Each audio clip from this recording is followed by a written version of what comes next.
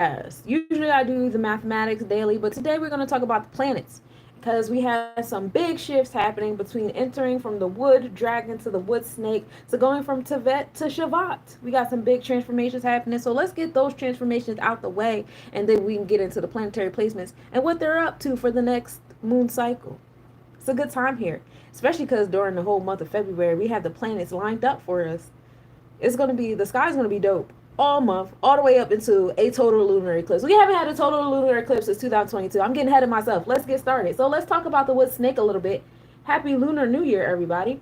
The Chinese zodiac is a 12-year cycle that assigns an animal sign to each year. As the sixth animal in the zodiac, the snake represents the midpoint. It symbolizes balance or the need for it in one's life.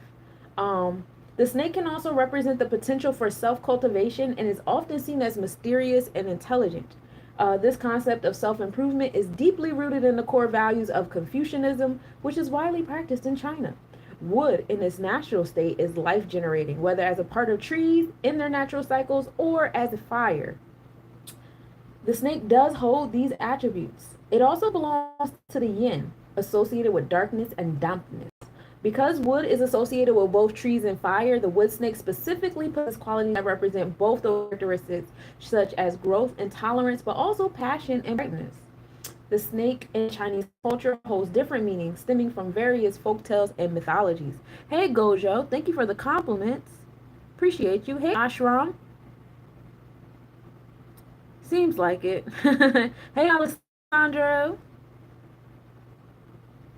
One notable story where the snake is perceived as a symbol of love and transformation comes from the legend of the white snake, where the white snake transforms into a beautiful woman and falls in love with a man. That's Chinese year. Yeah, we're in the year of the wood snake. Happy Lunar New Year, friend.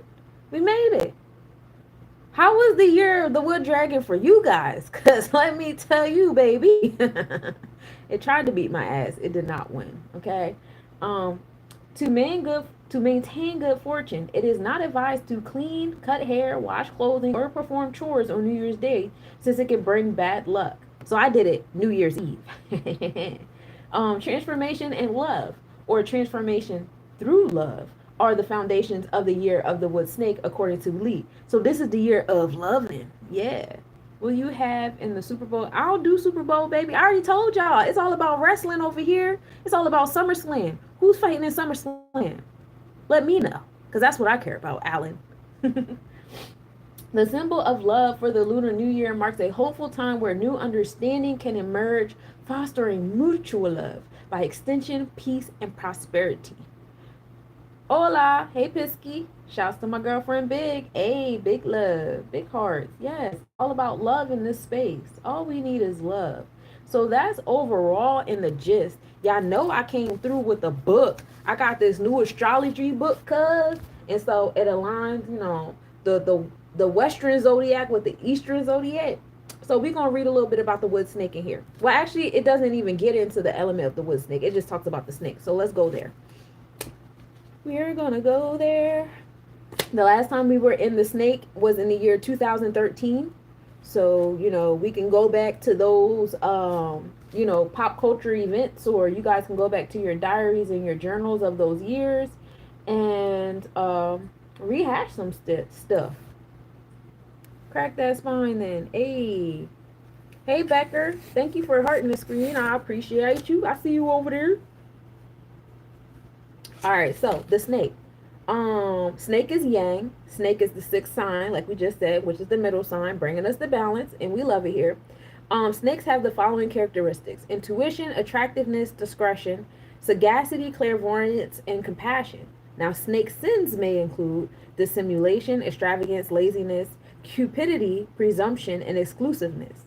If you were born in these years, or if your business or organization, whatever, was born in one of these years, 1905, 1917, 1929, 1941, 1953, 1965, 1977, 1989. I know a lot of 1989s out there. 2001, 2013, 2025, 2037, y'all ain't even born yet. We don't even gotta go there. That's the next time we gonna be in the year of snake 2037. I just bought my grandpapa Jacob and Co. Astrology. Why can't I be your grandpa, Jesse? I want one. I was just talking to my mom like, oh my gosh, I can't wait to start taking pictures and doing the things that I want to do. Whew, skip the 90s. Really did though. Yeah, just 1989. That's all we get, right? Jesse, adopt me. I want one too. Stop playing. In our Judeo-Christian society, snakes don't have a good image. It was, after all, the snake's body in which our own devil chose while poor Eve with an apple. But in the Chinese culture, snakes are considered and sensual. Therefore, my Aunt Florence's neighbor who made off with his wife's hairdresser doesn't always hold true. Snakes can be ultra virtuous people, except of course when they are lying. Snakes are always beautiful, even if they are not classically pretty to look at. There's a quality about snakes that make them lovely to look at. Snakes dress well and even a bit ostentatiously. They apply cosmetics and drape jewelry to fix up this and tack up that just the way it should be.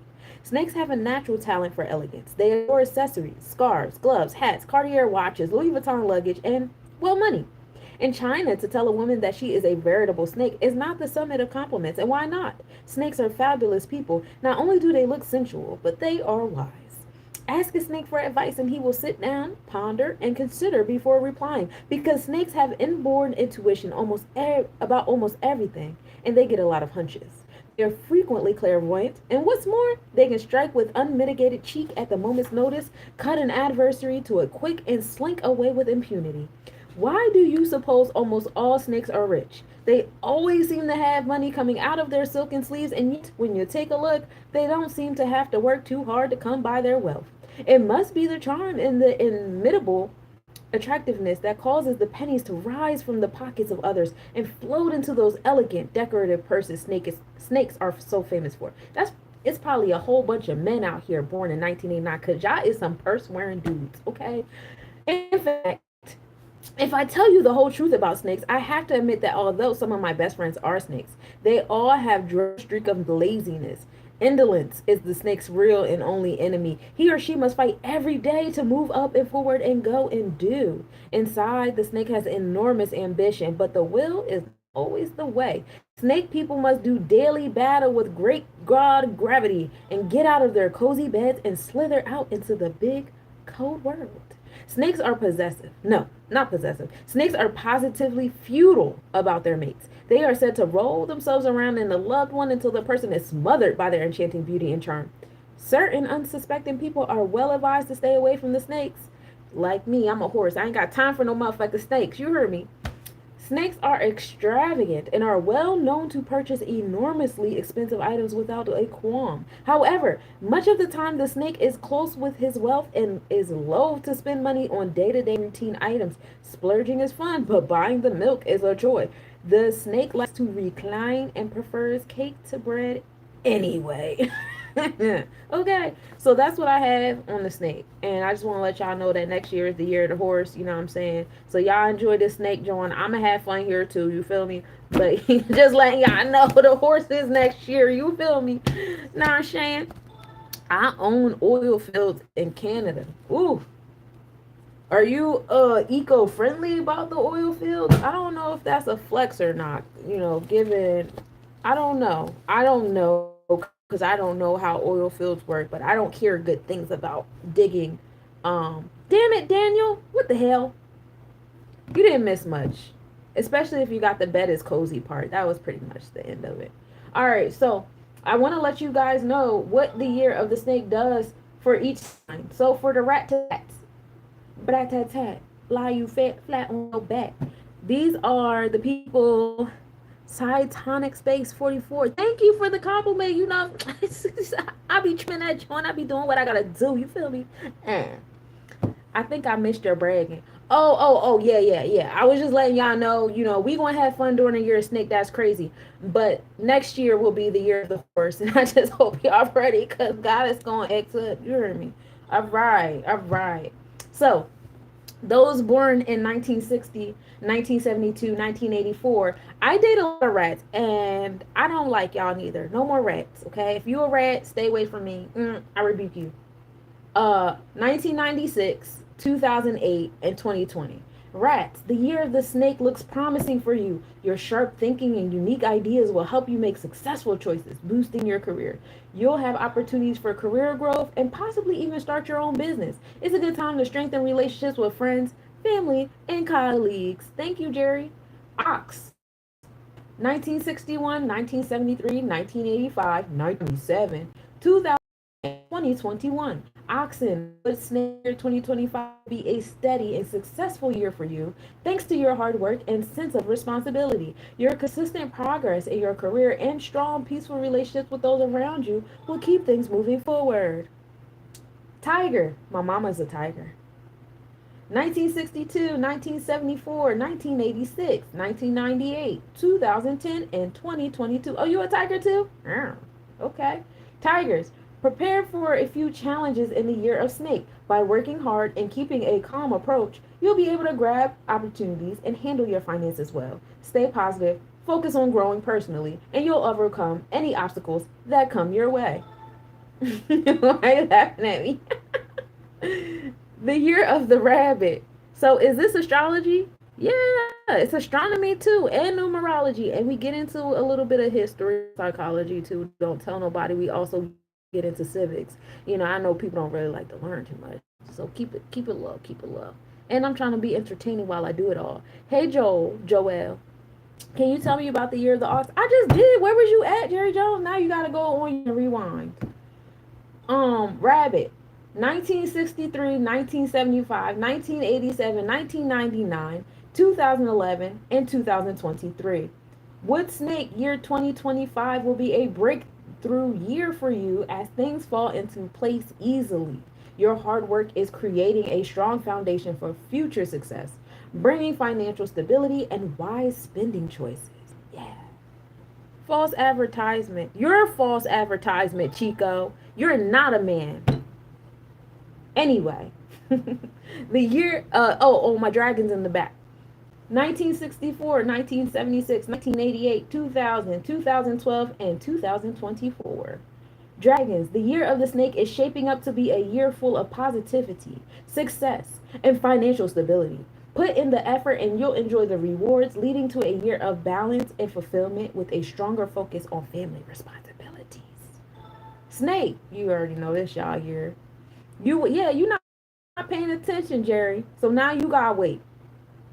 Snakes, wood snake year 2025 may bring some challenges in your career and finances, but stay positive and flexible to overcome setbacks. Focus on your health, avoid negativity, and you'll handle the year with confidence and success. Okay? Yeah, come sit next to me, Jerry. You gotta sit next to the teacher because you're not listening. Okay? Horse. Gang off in this thing. Myself and my baby, we horses out here. You know what I'm saying? Okay, 1966, 1978, 1990, 2002, and 2014. 2025 will be a stellar year with luck on your side. You'll find success in both your career and your relationships. Your charm will attract positive outcomes at work and in love, making this year a big win for your girl. Okay. Goat. 1967, 1979, 1991, 2003, and 2015. The wood snake year will be a bright year. You'll effortlessly attract wealth and recognition. With a steady flow of finances and a thriving career, your hard work will pay off, bringing you both success and satisfaction in your personal life. Okay. Monkey. 1968, 1980, 1992, 2004, and 2016. Monkeys. 2025 is shaping up to be a solid year for you. Even with occasional moments of unpredictability, your adaptability and ambition will lead the way. Your intelligence and wisdom will help you navigate work and life challenges smoothly. Expect financial growth, new connections, and major breakthroughs with support from those around you. So am I. Wink, wink. Okay. Can you play Dramamine? I thought that was a drug. Rooster. 1969, 1981, 1993, 2005, and 2017. Roosters, 2025 is shaping up to be a great year for you. Your dedication and persistence will bring career advancement and financial gains.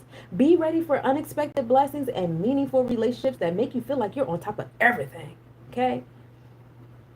Dog. My other baby is a dog, and so is my dad. Dogs, 2025 will be a steady and rewarding year for you. Expect pleasant surprises and financial growth. Your hard work and professionalism will lead to success in both your career and relationships. Ooh, okay, Zeke. Ensuring a prosperous and stress-free year. Okay. Pig, 1971, 1983, 1995, 2007, and 2019. My little brother is a pig. Pigs. Snake year 2025 may bring some challenges in your relationships, but if you stay calm, he won't, and approach conflicts with grace, he won't. You'll maintain harmony. Focus on finding solutions and stay positive. I hope he does. And you'll navigate the year successfully. Jesus Christ. But I did everybody. Jerry, are you still here? I'll reread Ox for you if you still here. If you take too long to say I'm here, then I don't know. I don't know what to do for you, bro. Big dogs, woof. Oh, you're a pig too? Oh man, my brother's a pig. Got the nerve to be a half three being a pig. Jesus Christ. It's a lot. It's a lot to unpack there. Hey brother, one question. You love white people? I love all people because we're all facets of God. Now, do I like them? Say, nah, I like you until you give me a reason not to. I don't really care about your race. I don't. I like racist jokes just like anybody, you know. Well, I think you guys laugh. You guys laugh at racist jokes? I do. I laugh at everything. I do love a good dark joke.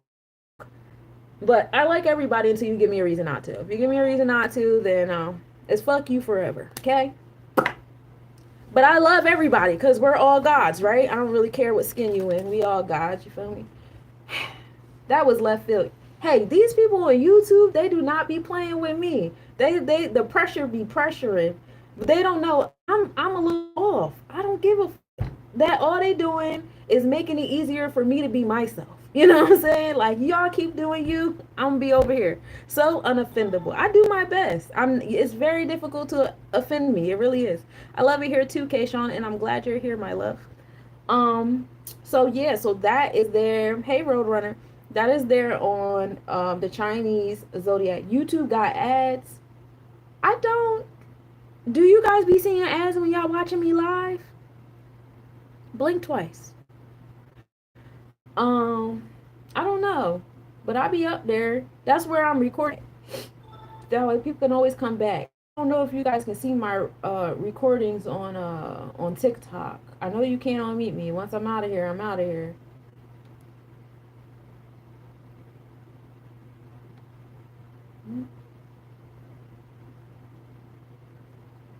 All right, so not only, no, there's no ads on YouTube, Daniel. You guys can just see me straight through. That's fun.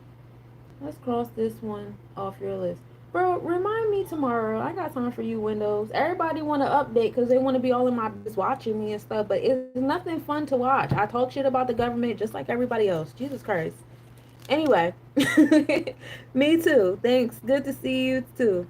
Yeah, it really is good to see you. All right, so not only have we entered the year of the wood snake, we have also entered Shavat, the month of Shavat, in the Hindu calendar. So I'm going to read this excerpt off of Kabbalah.com to introduce the Hindu calendar month, Shavat. And yeah, so let's talk about it. The month of Shavat correlates with the astrological sign of Aquarius, which is an air sign. It is the third of the air signs. You have Gemini, Libra, and then Aquarius. Aquarius represents the left column of the three. Aquarius is ruled by two planets.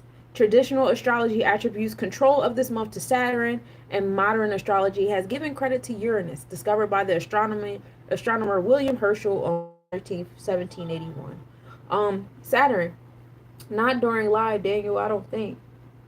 No. Yeah, it's no ads during the live. Now, if you try to watch me pre-recorded, then yeah, they be going in with the ads. Saturn, the seventh planet in the solar system, is the planet of judgment, order, and responsibilities. Yay! There we go. Discipline and laws. Uranus is the 8th planet in the solar system, the one that breaks the proximity and limitations of seven days, the 7th day, 7 colors, 7 notes, etc., etc. Uranus elevates us to new consciousness and new concepts beyond limitation. This is why the age of Aquarius and the month of Aquarius are considered times of change.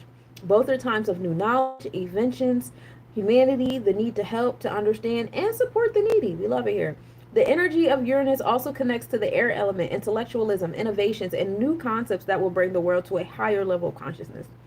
Aquarians are rebellious by nature because they are constantly faced with penetrating questions concerning their individuality, their uniqueness, and their identity. This is the reason they strive to break old boundaries. To Aquarians, the past is but a fleeting moment, and they disconnect from the past in order to find a fresh and unfamiliar reality, a new truth to fit the new times. Uranus orbits the sun every 84 years, which explains the common phenomenon of the midlife crisis that plagues 40 to 42-year-olds. It is actually a case of Aquarius-itis, when we begin to question our life's purpose and make plans for the next 40 years or so. Aquarians make excellent computer technicians, scientists, and social workers. They thrive doing anything revolutionary, especially in tasks of carry the flag social political revolution. Are you in Chernobyl? What is going on with the camera? I don't know. Is the camera is messed up? As far as the age of Aquarius goes, the Kabbalists explain that the age of Aquarius began approximately 400 years ago and is considered the age of revelation or the age of redemption. Why Aquarius or Shavat, according to the Hebrew calendar, symbolize redemption? Because Aquarians perceive the world as unified, and Kabbalists consider this to be the basis of true redemption. Redemption is when all negative wins, when humanity is free from evil and fragmentation. Because of their higher level of consciousness, Aquarians are directly linked to this redemptive moment. Aquarians are unique. They stand out in the crowd and cannot be ignored. They show great promise as children and as adults. They are idealists who strive to change the universe with original ideas. They are rebels, and their concern is the well-being of humanity as a whole. They rebel against established ways of doing things, always looking to find new, better ways to solve world problems. Though Aquarians seek justice for all, this is a global quest and not a personal one. They support things that are grand and noble, while they fail to be sensitive to those around them who are suffering. Aquarians often lack a sense of the practical, and they are passionately independent and private. Their desire for originality causes them to set themselves apart from the crowd. Despite their friendliness and open-mindedness, they are also the most stubborn of all signs. They reject all established structures and fight to maintain their individuality and freedom in order to exercise their innovative ideas. They detest confinement of any sort.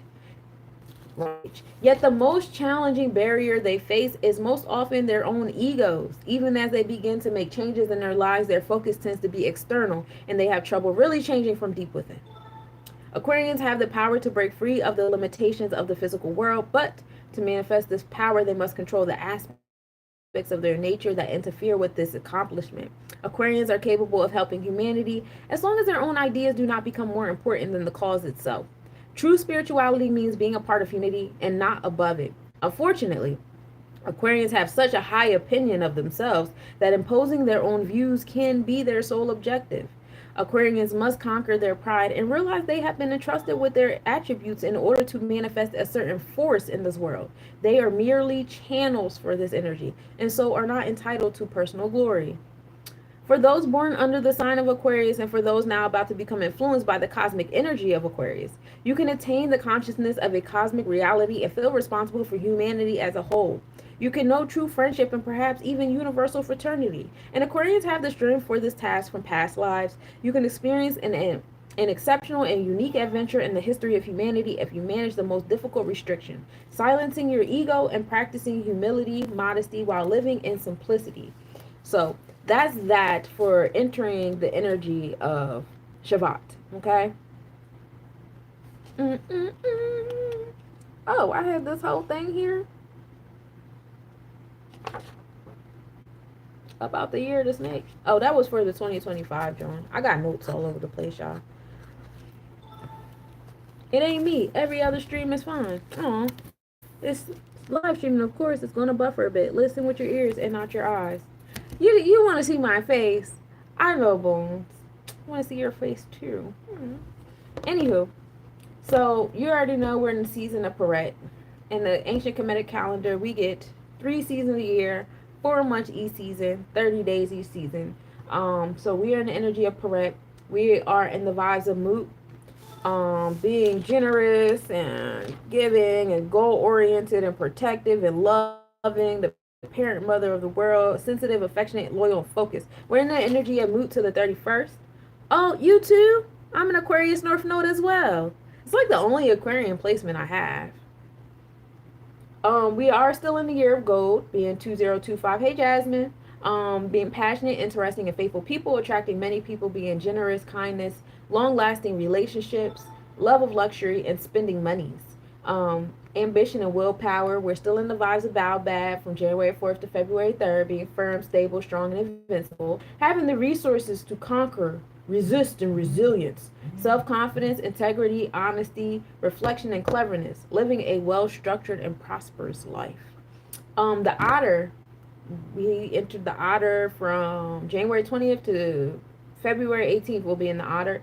Butterfly clan, which is the air energy. Demand bliss and help. Invite us to behave like children, have fun, and accept the flow of life. Strength to smooth out any circumstances. And you already know, we already talked about the wood snake energy. So let's get into what the planets are doing. Are you ready? Are you ready?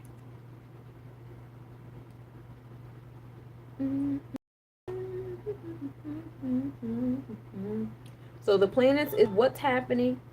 The zodiac sign is how it's happening, and the house is where it's happening, right? What's happening? How is it happening? Where is it happening? When we get into the tropical, we're getting into our thought process, how we think things are. When we get into the Vedic, the Vedic is also considered like the constellation chart, sidereal. We get into events, happenings, and actual energy exchanges, what's actually happening. When we get into the Draconic chart, we're dealing with the soul experience, the spiritual experience of the things, okay? So remember that as we start off for the day. And also give me a moment, give me grace.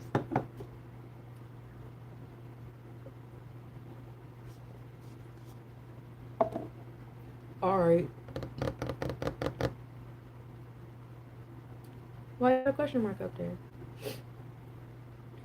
You didn't say I was here fast enough. I don't remember you writing up there. I'm here. I already exited out. But if you hit me up later, I will tell you about the year of the ox during. Do I smoke? No. Not right now. Hello from Dubai. Hey, Bandito. What's up? From Jersey. Gang, gang. All right.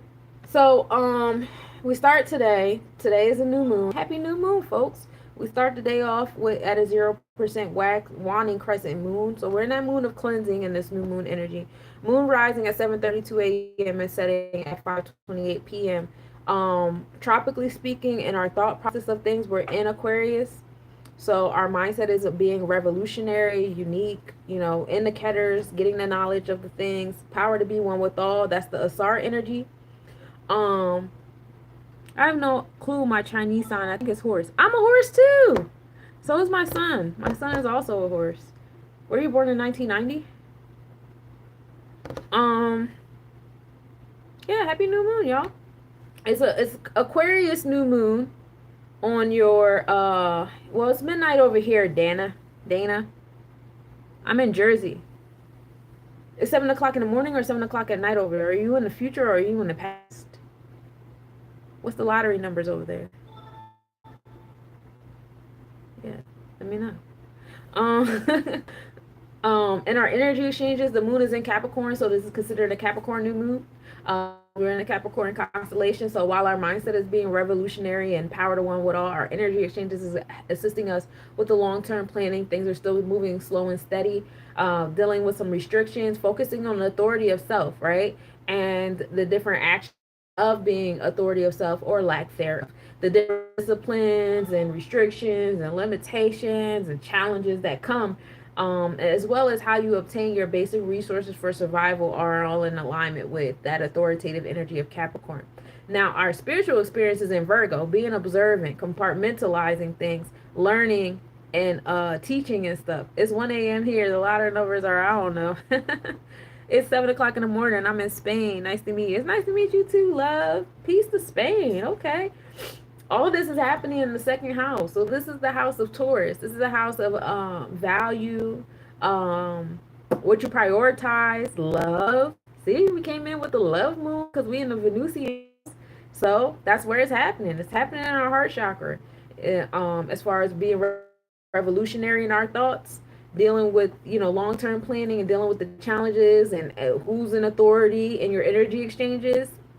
And then your soul is learning how to compartmentalize, all about equality, being of service, teaching, learning, listening, seeking, all that fun stuff. That's all Virgo. So all of that is happening in that house of wealth, love, business, forgiveness. We love it here, right? So that's that. The sunrise at 7:10 a.m. today and setting at 5:15 p.m. today. And our mindset, as far as our experiences go, the sun is also in Aquarius at a 9 degree, coming to that degree of harvest and reaping what you sow in that revolutionary space. And we are in the fourth house of it. Fourth house is the Cancer house, all about nurturing. I'm glad you're learning so much. I love it. Fourth house is all about compassion and rubbing on the emotions of the things, right? And we're doing our revolutionary stuff, one with all. Aquarius is also society, people that could be separated from society, in prisons and jails and boarding schools and colleges, hospitals, hospices, and stuff like that. People that separate themselves in that space. In our energy exchanges of our experiences, we are in Capricorn. Capricorn is also, giving those experiences of challenges in our space. As you know, of course, the sun and moon will be aligned in all three because it's a new moon. Um, but yeah, and then in our soul experience of the things, we are in Virgo. So we have that alignment in there. Oh man, thank you. Appreciate that, Kayshawn. And some other astrological things happening today. Mars and Castor in conjunction at 9:53 a.m. Mars will be 5.9 degrees south. Castor is the star in the Gemini constellation. Mars is over there in retrograde. And it retrograded back to the Gemini space. So, ambition and motivation happening over there, and community and communication, and, being adaptable and flexible and quick witted and intellectual, but also being focused. You know what I'm saying? The new moon is at 7:37 a.m. The moon will be between the sun and the earth. While the sun is over there in Aquarius Capricorn, earth is over here in Leo Cancer energy. Isn't that crazy? Old earth is over here in retrograde in the summer placements. Mercury is 3 degrees in Aquarius in the third house. Pluto is at 2 degrees in Aquarius, third house. This happens around midnight about the zodiac. So the thought process on your throat chakra is in that revolutionary energy towards that Gemini vibe, with Pluto providing the transformations of power, revealing secrets, building and destroying, all that fun stuff in Aquarius, that revolutionary energy. So it's kind of like a crazy place there, but having intellect about the transformation of power, marketplace, and things like that is heavy. That's the alignment of the throat chakra and the solar plexus chakra right there, just speaking into existence that power that you have. Mercury also enters Aquarius zodiac. That happens this morning at 8 a.m. So we have our throat chakra entering the Ketters, listening, learning, downloads coming easy. You might feel a surge of like energy happening with Mercury entering that air energy. Mercury doesn't stay in Aquarius that long, y'all. It moves really fast through Aquarius. So if you have any Mercurian rule placements, that's third house, sixth house, Virgo, or Gemini, you might be moving like a mile a minute. What do you think about changing your government given name? You can if you want to. I like my name. I used to have a little bit of beef with my last name, but that's some personal shit. But I like my name. It is my name. Venus enters Pisces constellation at 8:30 a.m. Is there a reason you want to change your government given name? My name wasn't government given. My daddy gave me that name. Now, if the government wants to create strawmen out of the name my daddy gave me, that's their business. And you see all that shit falling apart right now anyway. So it ain't my business for too long. I'm changing due to my evolution. Respect. I like my name though. I'm not changing that, John. I got Sunshine. Sunshine is to protect my name, but I like my name. I like the numbers of my name. I love the gematria of my name. It's very fitting to me and who I am. It means a lot to me. Venus enters the Pisces constellation. So when the energy exchanges of our heart chakra, that space of business, wealth, love, we're entering Pisces. I told y'all start living in your illusions, especially when Venus enter Pisces zodiac on the mindset of things. If you start imagining the things that make your heart chakra pump, you know, it's going to come to pass. And let Venus and Pisces align with that Venus and Pisces constellation align with that Venus and Pisces zodiac. And so now it's going to start happening. The things that you guys been imagining and things that you guys want. And that's exciting. Now that transit happens at 8:30 a.m. this morning. Also, Mercury enters Draconic Aquarius at 8:15 a.m. as well. So not only do we have Mercury sitting over there in alignment with Pluto and Aquarius and the zodiac and our thought process creating transformations there, we also have this being a spiritual experience with Mercury being an Aquarian energy, being revolutionary, and having the revolutionary individual invoked in you. I see a whole bunch of shit happening here. It's really creating, I hate to say that it's creating a line of division, but it really is. It's creating a line of division for the independent thinkers, the people that know better, the people that can read with comprehension and critical thinking skills, Jesus Christ, and the people that just take anything and just run with it. It's wild. I was in Dollar Tree today, right? It's a little sidebar starter. My bad, y'all. It's a quick one, though. This girl was on her phone at the cash register. I was unbothered. I didn't give a fuck. You know what I'm saying? She wasn't, you know, she still was working. And you never know who is, you know, why they on their phone at the cash register. She might have kids. I don't give a fuck. So this guy was giggling. And he was like, I just want to let you know Trump is getting rid of cell phones too. And me and her just looked at each other with the steak face like, bro, get the fuck on. Like, bro, people just be saying anything like, and that's when you know the line has been divided between who thinking skills and who just be saying shit. Cause I can't stand. Oh my gosh. And we see that line happening in the sky with the lineup of planets. You hear me? You have Saturn, Pisces, Psyche, Neptune, Venus, all of those sitting in Pisces energy. You got the moon in Aquarius with Pluto and Mercury. You have Ceres over there in Aquarius as well. It's like a whole lineup happening. That whole lineup will be popping off all month, all the way into all the way up into the total lunar eclipse that we get to experience up in March. March 13th to the 14th, we're going to have a total lunar eclipse. And we haven't had a total lunar eclipse since 2022. The last 2 years, we've had partial lunar eclipse. So this is going to be pretty dope. And then March 29th, we have the total solar eclipse. Because, you know, after we have the lunar, of course, 2 weeks later, we're going to have the solar. So that's pretty exciting in the lineup that leads to that. In my imagination, I'm watching from Dubai, sipping a Mai Tai on the beach. Okay. In my imagination, I don't really know where I'm at. I just wake up in a yurt around plants, crystals, my kids, and my dog. I don't know where it's located. I get a vibe as Arizona or somewhere tropical. Trump is going to get rid of oxygen. I feel that. Mercury is in retrograde. Not yet. It's in the water. No, it's not. It's in air. It's in Aquarius. Yes, I can't wait for the eclipses. Yeah, they're going to be fun. What does R. Kelly, how do we get to R. Kelly? What are y'all talking about? Mama 30, 45, love that R. Kelly, huh? I mean, he got some jams. You know what I'm saying?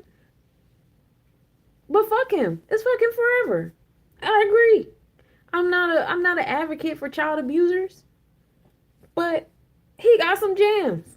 It's a very difficult situation to be. You drudging me real hard, and I didn't even play R. Kelly yet. I feel the most connected when the sun and moon are in the sky together. Most welcome. I do too. We're in the USA, Dana. It's cool to see people learn all the way from Spain. Yeah, it is. That's really dope. It's really, really dope. Jesus loves you. Jesus loves you too. Jesus is a homie. Jesus is one of my friends. You know what I'm saying, Keith? I love him.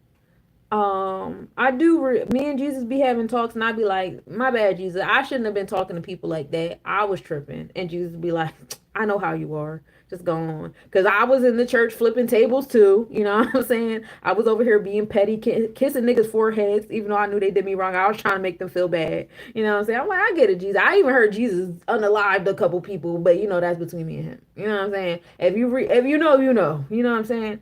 But yeah, it's in the air. What, Mercury's in the air? Jesus loves all of us. Jesus can save you. Well, I saved myself. Jesus saved himself.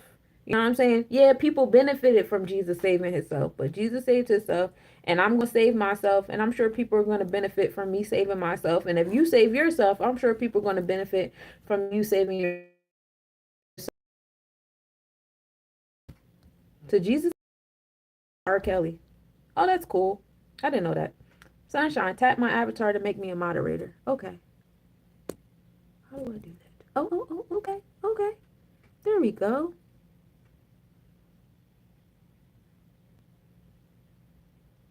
Yeah, you can do all that. I don't care. Freddie Mercury. Oh, we're talking about Mercury the metal. I thought we was talking about the planet Mercury. My bad. I'm over here in the planets. You over there in the elements. My bad. My bad. He loves us so much. Mercury is heavy shore lines, and I'm in the middle of the ocean. That's a whole different thing. You got to realize we've only like explored like 20% of the ocean. We haven't even explored the whole shebang. All right, I'm gonna read a couple more comments. Then I'm gonna get up out of here, y'all. He loves us all so much. Be happy no matter what. I pray for joy and happiness for you. Yeah, same for you, Keith. You know what I'm saying? You are very good. Being nice. Stay positive and being the best you. I do my best, Chico. Okay. Why are you over there yelling, upset dad? You want to be a moderator? I don't know if I know you. I don't know about you, buddy. I gotta figure out who you are first. Okay. So, Daddy Jones, you didn't miss anything yet. Anywho, so let's get into the tropical chart of our thought process, the Vedic chart and the Draconic chart. All right. It's my stream. I don't know you. That's you, seventh son, Daniel. That's you. No, because you're Vex, right? Yeah, okay. I don't know who seventh son is. So we'll start where like we're very congested at. Well, let's start where the sun and moon is at, over there in Aquarius. So let's talk about the other planets that we have in Aquarius. This is over there by the IC line, okay? The IC line is the fourth house. This is home and family, your sense of belonging. So where we have our sense of belonging in is in society. We're like itching for where we belong in this place, where we belong in the oneness of everything. Oh, YouTube kicked you out. Wow, that's interesting. Well, I made you the moderator. Maybe it had to refresh you or something. So in that space of nurturing, in the mother energy over there in society, we have Mercury invoking our throat chakra, Pluto sitting there creating transformations, building and destroying from our solar plexus chakra. We have the moon from our third eye, giving us the introspection, and we have the sun giving us the experiences. So we're invoking the things and we're experiencing how powerful, how the pendulum is swinging in society. We know the last time Pluto was over here straddling these spaces between Aquarius and Capricorn was during the Revolutionary War, right? Okay, cool. So also in the Vedic chart, while those are staying in Aquarius in our thought process, in the actual energy exchanges, we are in the slow and steady Capricorn energy still with Mercury, Pluto, the sun and the moon sitting between the third community and communication with Mercury and Pluto. So, your intellect being flexible and adaptable, that's happening in the transformations. It's very important to be adaptable and flexible right now because there is a lot of things that's changing around us, but it's working in your favor. And long-term planning is key. A lot of us want that instant gratification right now. It's not time for that. We still in a little bit of retrograde stuff. It's still like the middle of winter, we don't really do like 1,000, at least us on the northern hemisphere. I know you guys down south living your best life. I gotta get me a house in Australia.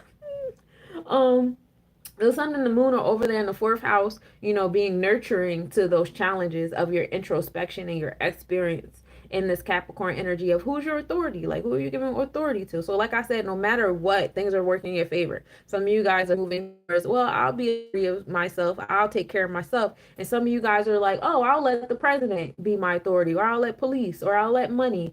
And no matter who or what you're allowing to be your authority, it's still working in your favor.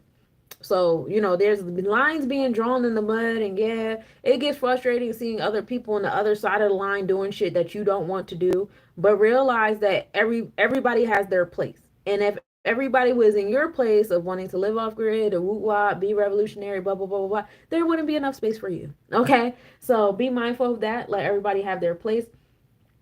In the Draconic chart, we have the Sun, Moon, Mercury, and Venus sitting over there in Aquarius. Still straddling between the third and fourth house. Yeah. The what chart? The Draconic chart. The Draconic chart deals with your soul experience. How the Vedic chart does the Aries new moon, new year. The Draconic chart does the moon's new year being in Aries. So it deals more so with your spiritual birth. Hey, Razzle Dazzle. So when we move to the fifth house is Leo house. This is being confident and courageous. This is also being tapped into your inner child. Hey, James. Thank you for liking the screen. Yeah, Draconian or Draconic. It's Draconic in astrology. But yeah. So in our thought process, we have Saturn over there in Pisces, Venus in Pisces, Neptune in Pisces, and the North Node in Aries. But this is all happening in that fifth house of confidence and courageousness, your inner child work. You know what I'm saying? So connecting to your inner children. What were your inner children dreaming about? What were they imagining? What were their aspirations? What was influencing them? What was inspiring them? All those different kind of things. Um, those are things to like reconnect with, because that's what's going to get you going. That's why I said no matter what side of the line that you guys sit on, because some of you guys, your inner child wanted to be in alignment with society, what like the world is doing in the realms of business and all that stuff like that. Some of you guys always wanted to be out of it. Some of you guys always wanted to be a healer. Me, I always wanted to be a healer. I used to be outside making little pies and had my little spells. I used to be outside singing songs. I've been rapping my whole life. You know what I'm saying? I've been into stars. I used to sit outside to look at the stars with my siblings. They is my kids. My siblings sitting on our mom's hood, looking at the stars. Oh, we could always find a Big Dipper in Orion's belt, and we would just go off of that. I'm literally in my inner child energy. I'm a Leo rising. And my Jupiter is here too. I can't help it. But that's what I want you guys to get into. What does your inner child want? What were they imagining? Bring that into reality. Now, all of that is happening in your mindset. What's happening in your energy exchanges? You have Saturn sitting over there in Aquarius, providing challenges to society and authority of self in your position in society while you're imagining what you want in your space, right? You also have Venus, Neptune, and the North Node sitting over there in the fifth house of Pisces.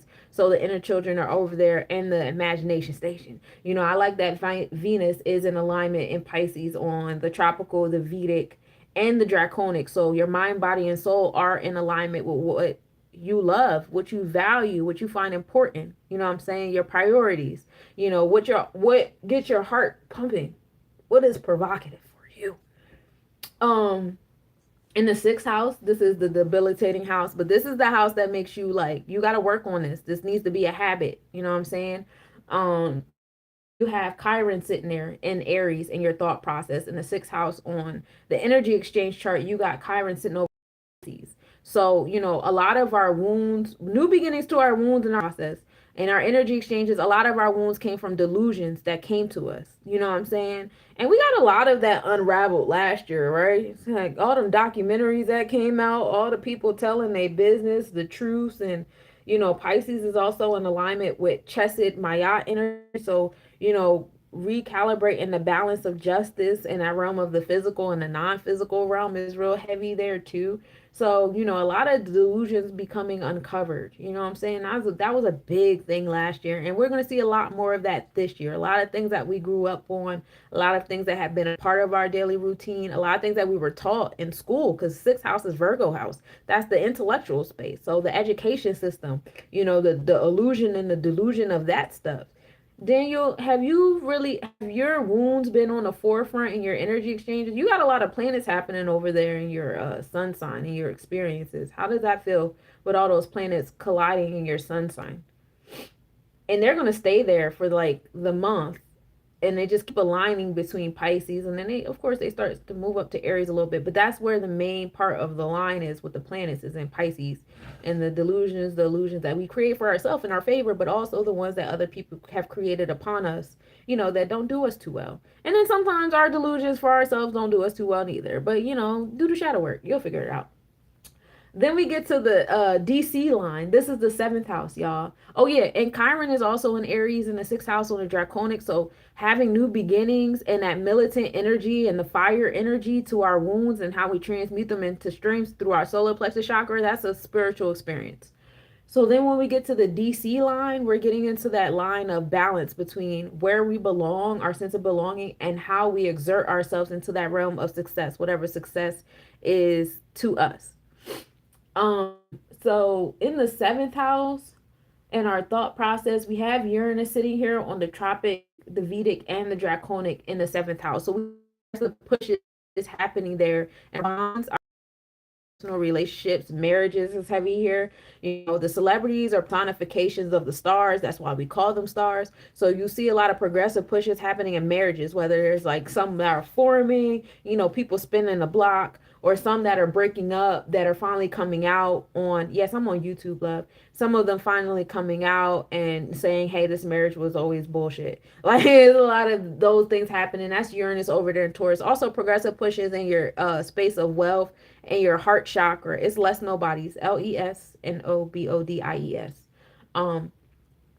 What you value, what you prioritize, aesthetics, beauty, fashion, jewelry, business, progressive pushes happening in all those spaces there. New beginnings in our energy exchanges with Uranus sitting over there in Aries. And then I said Uranus is in Taurus on our Draconic. So those pushes happening in our space of materialism and how we have been holding materialism near and dear to our hearts and prioritizing what you have and what you own and beauty and all that stuff like that. Yeah, we're being progressively pushed into something different with that. You know what I'm saying? Now, as far as the eighth house goes, the eighth house is the house of transformation, death, and rebirth.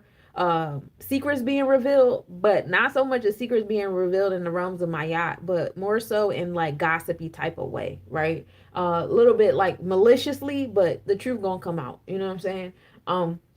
We have the vortex happening there in the eighth house, as well as Jupiter giving us that expansion and abundance, joy, optimism. What brings you joy? You're going to attract that in the Gemini, which is your community. Now, Gemini community is a little different because Gemini community deals with like your tri-city area, the neighborhood you grew up with, cousins, siblings, grandparents, aunts, and uncles, but more so as you grew up with, not so much anybody outside of that. You know what I'm saying? But expansion, abundance, and joy, flowing into your sacral chakra is what's going to bring you power in that house. And once you start flowing into that space of joy, expect transformations, expect for the planets to move in alignment with what it is that you're saying brings you joy. You're doing yourself a disservice if you're saying, I want to be happy, I want these things, I want those things, and then when the things come around to change, when certain things come around to change, you start clinging. Like, you have to be adaptable and flexible, says Gemini, right? Now that vortex and that Gemini energy is still in the eighth house on the Vedic, as well as on the Draconic chart, on the Draconic chart as well. On the Vedic chart of energy exchanges, that expansion and abundance, as well as the vortex, is happening in Taurus energy, right? And remember, I told you in your mindset as well as in your spiritual experience, you have Uranus providing those progressive pushes to prepare you for the expansion and abundance that you are experiencing in that Jupiter in Taurus. Do y'all still with me? Did I lose anybody? Lesnobodies. Daniel, if you're still here, can you type the name of it in the chat for me so he can follow? So yeah, that's there. Now, when we get to the ninth house, we're in the house of Jupiter. Now we're in that Sagittarius energy, expansion and abundance, our wisdom from the oracle and the sages. We're in that Chokma, which is the exercising of the knowledge. Thank you for liking the screens, James. Ninth house also if ninth house is like overactive, we can come into the space of addictions and now we have Mars sitting there and Cancer in the ninth house. So Mars is the solar plexus chakra, being in control, You know what I'm saying? The celestial enforcer of your internal law. So be mindful of being obsessed with, being in control. We know some individuals out here who are, you know what I'm saying? Mars is over there in retrograde, so it's slowed down, so we can introspection on it and in my life, and am I not in control when I should be, and what spaces in my life am I in control, and that's really none of my business. The prayer of serenity is key in your mindset. Now in your energy exchanges sitting over there in Gemini, so like I said, Mars is in retrograde. We recently retrograded back to Gemini energy, but we're still in that ninth house of expansion. So um you're going to be tested on your introspection of your solar plexus through your community. You know what I'm saying? How much you're trying to project on people around you, places around you, your community, how adaptable, how flexible are you being in your solar plexus chakra? If you're trying to control elements outside of self, you already oh, I have my YouTube up here. My bad, Jones. I not paying attention. But yeah, be mindful of that. Now, in our spiritual selves over there in the ninth house, we have Mars and Cancer still. So, you know, um, getting in tune with that introspection on your Mars is a spiritual experience. We want to have over our solar plexus chakra. We don't want to, project how we will control ourselves onto other people because they are not you. You know what I'm saying? And you are not them. Just like you wouldn't want someone to come into your space and try to control you. You know what I'm saying? We're all facets of God, and we're all, doing our things how we're supposed to do it. Now, the people that's killing people in the pedo. Okay, okay. I know exactly what you're talking about. I get it. Yeah. We have to have certain laws and orders in space. We all still have a Mars placement, celestial enforcers within reason. Okay. Anything outside of the alignment of Mayat, yeah, we're supposed to be the celestial enforcers. But you guys knew what I was talking about. Don't be combative. You said if you trying to control energy outside of yourself, what happens? That means that you're losing in your lack control, your lack of control of yourself. If you're focused on trying to control elements outside of yourself, you're not controlling yourself because you're not here to control or own. You're here to attract, and the only way you can attract is if you master self and master your own personal vibrations and how you align your vibration to the things that you want. And when things that you don't want come into your space, that means that you have to recalibrate your vibration so you no longer attract those things. You know what I'm saying? But that's that there. So now we get into the MC line. When we get to the in our space of success, how we exert ourselves, you know what I'm saying? In our mindset, we don't have any placements in the 10th house, but we do have Leo energy and the beginning of Virgo energy there. So tapping into our inner child, compartmentalizing, organize ourselves, intellect is heavy there. Same thing on the Vedic chart energy exchanges. We do have Cancer on the 10th house. So being nurturing, you know what I'm saying? Compassionate, sympathetic and empathetic, especially to other individuals outside of yourself. That's why Cancer is the 6 and the 9. It's the physical and the non-physical. It's the intellectual and the emotional. So having the connection between the two, and then having sympathy and empathy for someone who just wants to be a 6, or other people who just want to be a 9, or some of you guys are both. And if you're both, you should definitely have compassion for the 6 and the 9. You know what I'm saying? But that's there. And then in our energy exchanges, the 10th house is also on Leo, our inner child, and Virgo, the organizer and the habit person. Then we get into the 11th house, which is the Aquarius house society. Talked about Aquarius heavy already, so I won't, go to him. But we have the 11th house starting in Virgo, so compartmentalizing, different facets of society, but also remembering that they're all one. So breaking it down and then bringing it back into the one. You know what I'm saying? At the end of the day, we're all facets of the one God, of the one body, of Earth, of the galaxy. How I don't care what jargon you use. We are all personifications of the one. Okay. Here, I'm a hologram that has teleported to your living space. Isn't that cool? The magic is real. You just gotta learn how to interpret it. We do have the North Node over there in the 11th house. So this is the direction that we're actually, no, this is the South Node. The South Node is our comfort self. And that South Node is sitting over there in Virgo, teetering between Virgo and Libra, because the North and South Node, they go back and forth between prograde and retrograde like every few hours or whatever. So you have our comfort self coming between what we've been learning, our intellectual space, and Libra, our justice system. So, we've been comfortable with our education system, right? You know what I'm saying? They gotta teach it. I mean, if it's in the McGraw here Hill textbook, it gotta be real for real, right? And then, of course, we have grown comfortable in our justice system, regardless of how injustice it has been. But that is coming into that revolutionary Aquarius energy. So, you know, it's going to change. The South Node in our energy exchanges is over there in Virgo. So, our comfort self and our intellectual being is in that 11th house. Still vibes of, revolutionizing, our intellect. And that's also a soul experience, as the South Node is in at 0 degrees Libra, which it always is when it comes to the Draconic chart. Now, when we get to the 12th house, now we're in the Neptune house. The Neptune house is all about our dreams, our subconscious, things hidden beneath the horizon, our soul contracts, and Akashic records. Tapping into your Akashic records, especially with all these placements and Piscean energy, which is associated with the 12th house ruled by Neptune, highly suggested. Tap into your Akashic records, tap into your soul contracts. Get real comfortable with your Draconic chart. Learn how to tell the story with your Draconic chart. Learn how to tell a story with your Piscean placements. There's also another way. It's called the pathway prayer process. I know a lot of different people have different ways into tapping into your Akashic records. So whichever way you feel is that resonates with you the most that's the way I would go. You know what I'm saying? Hey Nisi, thank you for joining me.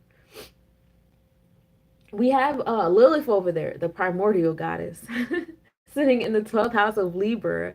So Lilith over there in Libra is quite wild because just given like the current events that's happening, a lot of people can't really comprehend what's going on. But I promise you, a lot of things are working in your favor, but it's in the dark side of the moon, so it's unseen. You're not going to be able to see things until it reaches its finished project. That Libra energy, you know what I'm saying? Libra is the Mayat scales, making sure your heart stays light as a feather. Truth, justice, righteousness, you know what I'm saying? Bonds and contracts. We have bonds and contracts here. Anything that has a case number on it, a study number on it, anything that's associated with your social security number or your birth certificate, that is a bond and contract in alignment with Libra energy. And it's in the 12th house of hidden enemies, hidden agendas, you know what I'm saying?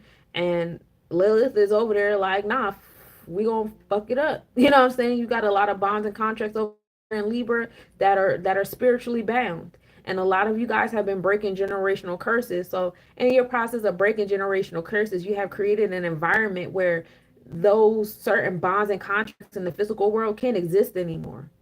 They can't.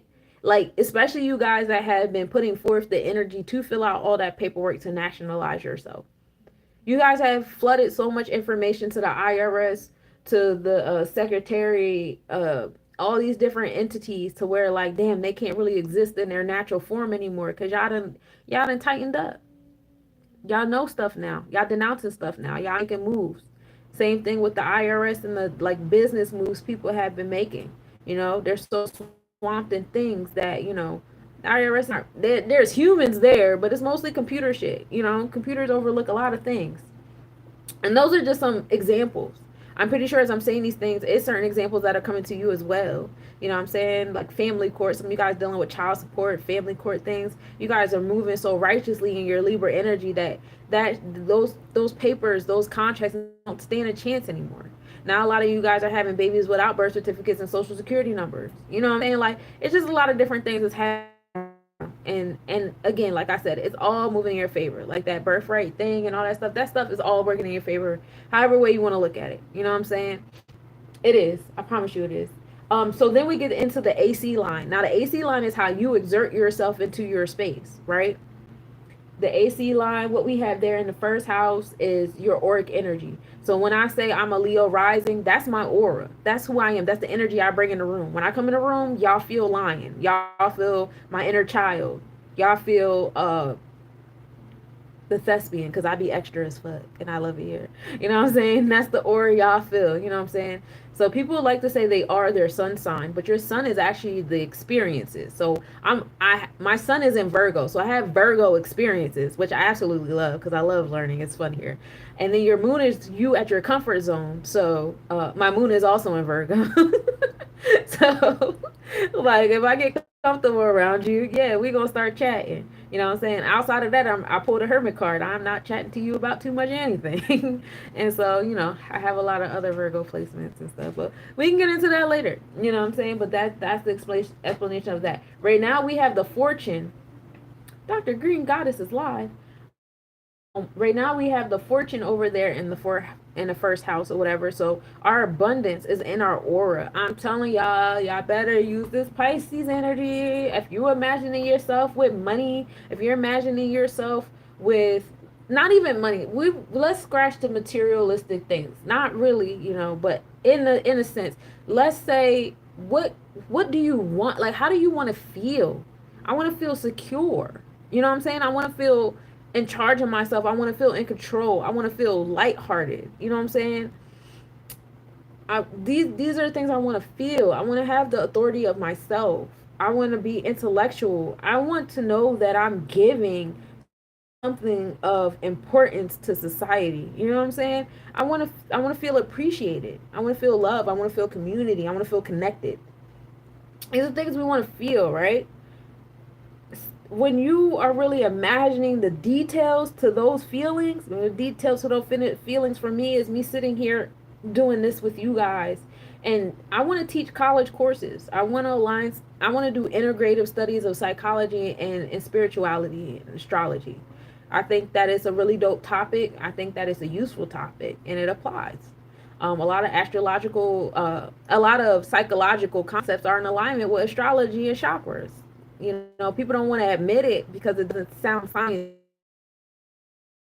to utilize astrological jargon, but it is the same shit. When I talk about the 7 chakras and you're talking about the 7 stages of development, I bet you we come up to the same conclusions in a gist. The numbers might be a little different for the age gaps because my numbers are based upon numerology while your numbers are just, that's what you came up with from your observations.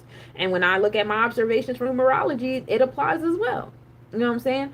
So that's what I want to do. That's how I imagine myself teaching. That's how I imagine myself stabilizing myself and being an authority of myself and taking care of my, my root chakra and the root chakra of my children. They are able to be their own authority in that actual spec. You know what I'm saying? There's other details to that, but I hope that what I'm saying right now, you guys are grasping onto it well enough to like carry that out and really write down like, what the fortune in your aura is for you. You know what I'm saying? That is sitting over there in Scorpius energy. So transformations is happening in your aura to attract what you want. Now, if you over there, hey Bean Pie, welcome back, girl. Now, if you over there concentrating on what you don't want, guess what? You're going to get it in abundance in your aura. You are moving your, hey Hippolyte, you're moving your vibration to attract the things that you don't want. You know what I'm saying? So be mindful of your mindset and your heart set in that. Now the fortune is in the first house in Libra in our energy exchanges. That's keeping your heart as light as a feather. That is, the scales of the physical, the non-physical, the intellectual to the emotional, the bonds and contracts, interpersonal relationships. So, while you're imagining the transformations that occur in your thought process with fortune over there in the first house, in your energy exchanges, you're having the interpersonal relationships. So you might meet someone that can help you get to what it is that you're saying you want, or you're going to meet someone that represents the things that you don't want. I'm finna try to get some sleep. Never let them dull your sparkle. Rest easy. Hey, you rest too, Daniel. I appreciate you for tapping in. Happy Wednesday, my love. And then again, in the Draconic chart, that fortune is in the first house in Scorpius energy, right? So then when we get to the second house of value, wealth, love, business, that's that Taurus house. We don't have any planetary placements there on the tropical, Vedic, or Draconic, but in the tropical, our thought process, as well as Draconic, our spiritual experience, that the second house is in Sagittarius. So that expansion, that abundance, wisdom from the Oracle of Sage, which mirrors the Uranus placement over there in Taurus, the progressive pushes happening over there in Taurus in our thought process, as well as our spiritual self, as well as Jupiter being expanded and abundant in Taurus energy over there in the eighth house. Transformations happening as we move in our joy of the materials we want to, attract in our space. Because, like I said, it's, I is more so like talk about your vibrations or what your vibrations attract, but when you use your imagination, you can get real detailed on what crystals everywhere. It's peaceful here, playing music. My children are good, family living walking distance because we all in our little RVs, huts on the land, and it's fun here. You know what I'm saying? The third house of community and communication. We talked about this. We began here at the fourth line. So that's how we start this new moon energy. That is setting the tone for this, for the vibe, right? The next new moon is February 27th. So we got 299. 9 comes into 2, that's 11. 11 goes into the 9. Well, 11 goes into the 9. That's 20, right? Yeah. So it's a day of 2. So we have another day of 2, y'all. Gang, gang. This is a day of balance, harmony, and justice, which is, listen, the way that these planets are lined up, I don't do StreamYard anymore. I felt like StreamYard was blocking me a lot out of the algorithms using the third-party platform. Otherwise, I would be sharing my screen. But we're going to start off on the fourth house line. We're going to get through this one a lot quicker because everybody's in the same spot. So as far as our thought process goes, the fourth house line of inclusion, passion, and emotions, that line is starting in Pisces, in our imagination, in our, Akashic records. What, like your soul is experienced anything beneath the horizon, the deep waters of Olukun, Neptune energy, Chesed, which is, all that fun stuff. And in the fourth house, so we have a water zodiac and a water house. A lot of action happening here for my spellcasters. 227.9 is a day for y'all. That's 299, y'all. So we have the sun sitting over there giving us those spiritual experiences, being, compassionate about and nurturing to the things that we, want to have in our space, imagining our space. We also have Saturn helping us with the long-term planning, the discipline and the self-control that we have to have here. We have Mercury invoking the things in our space. Communication is key, okay? Tap with a baby of Eshu, I'm telling you. As well as Babylao over there in Piscean energy. We also have the North Node happening here. This is the direction that we're moving towards. We're being very compassionate about this space. We're nurturing this energy. We also have Neptune sitting over here as well. Neptune sitting in its home space of Pisces energy. Well, actually, by the end of this month, Neptune will be in Aries. Neptune's ticking at... No. I lied. My bad. We're going to be at a 28 degrees Pisces. We're not there yet. My bad. I got ahead of myself a little bit. But all of that is in the fourth house. We are nurturing that part of ourselves, our experiences, our root chakra, our throat chakra, the direction that we're moving in, and our Akashic records, all of that. And then, that's happening in our mindset. Now, in the energy exchanges of the things over there on the fourth house line, the fourth house line is now in society. So as we're imagining different things, it's, we're aligning with the society that's representing the things that we're imagining that we want. That's what I'm saying. Stay focused on the things that you want. It's a lot of news stories out here, a lot of clickbait, a lot of people. Some of these folks up here ain't even real people because they done mastered making like fake people being the face of their YouTube page or whatever, and they're not even real people. They're like these avatar AI things or whatever. It's a lot of that going on around here. A lot of people half-ass reading articles and quick to share. All of that is to interject in your Pisces. They want to deceive you. They want you walking around thinking gloom and doom and this is da-da-da and that's da-da-da. Unless you're taking the time out to read those articles yourself, to read those statutes, those executive orders, those whatever, yourself, do not flow into whether they telling the truth or they telling a lie. Do not let nobody interject into your vortex. That is the name of the game right now. Is energies out here who know consciously or subconsciously the planets are lining up for you and your imagination. I've been telling you guys all month long to live in your delusions, okay? Ever since Venus entered Pisces the beginning of January. There's a lot of energy out here that's going to pull you out of that. And it's up to you if you're going to let them or not let them. But I'm saying, regardless of what's going on out here, if that's not something you want to be associated with, don't bother with it. Be in your reality. 7 billion people in the world. it's even more than that once we get beyond the ice wall. If we want to collectively imagine some shit, let's imagine that. Let's imagine getting beyond this ice wall and seeing some dope shit or something. You know what I'm saying? But, you know, that collective mindset manipulation is key, because you know how powerful you are. There's other beings that know how powerful you are too, and they need your power in order for them to survive. They need your power to be in fear, scarcity, control, like over controlling, lack of sacral chakra energy, you know, a closed up throat chakra or a violent throat chakra. They need you to be all of that because they eat all of that. And y'all know that. Y'all know that. So live it. Live like y'all know that and be in y'all power. You know what I'm saying? So, like I said, the sun is giving you the experiences in society in that fourth house, right? You know, Saturn is giving you the challenges in your society in that fourth house. Mercury, invocation in society, you know, invoking your compassion, your empathy, your introspection of society in that fourth house. Now, still in the fourth house, but now we've led into Piscean energy. Now we're back in the imagination of the things, right? And nurturing our imagination in our north node, the direction that we're going in.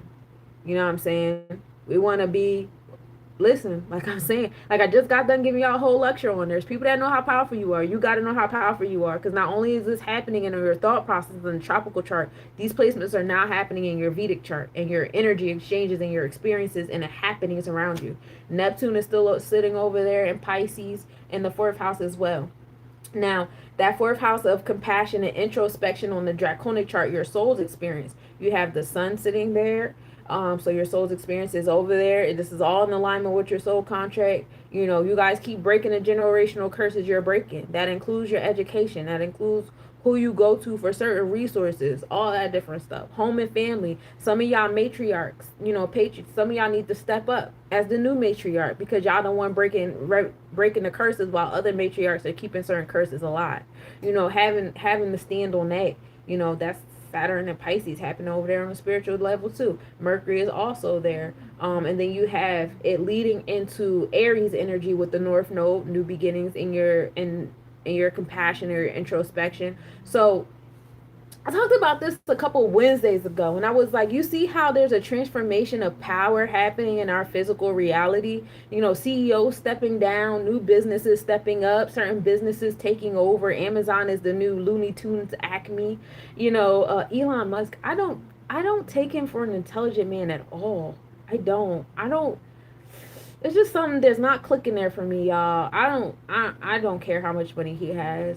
It's just certain things, like him and Bill Nye, the science guy, just need to sit down and have a conversation, because that's who raised me. Beekman, Bill Nye, the science guy, and Miss Frizzle.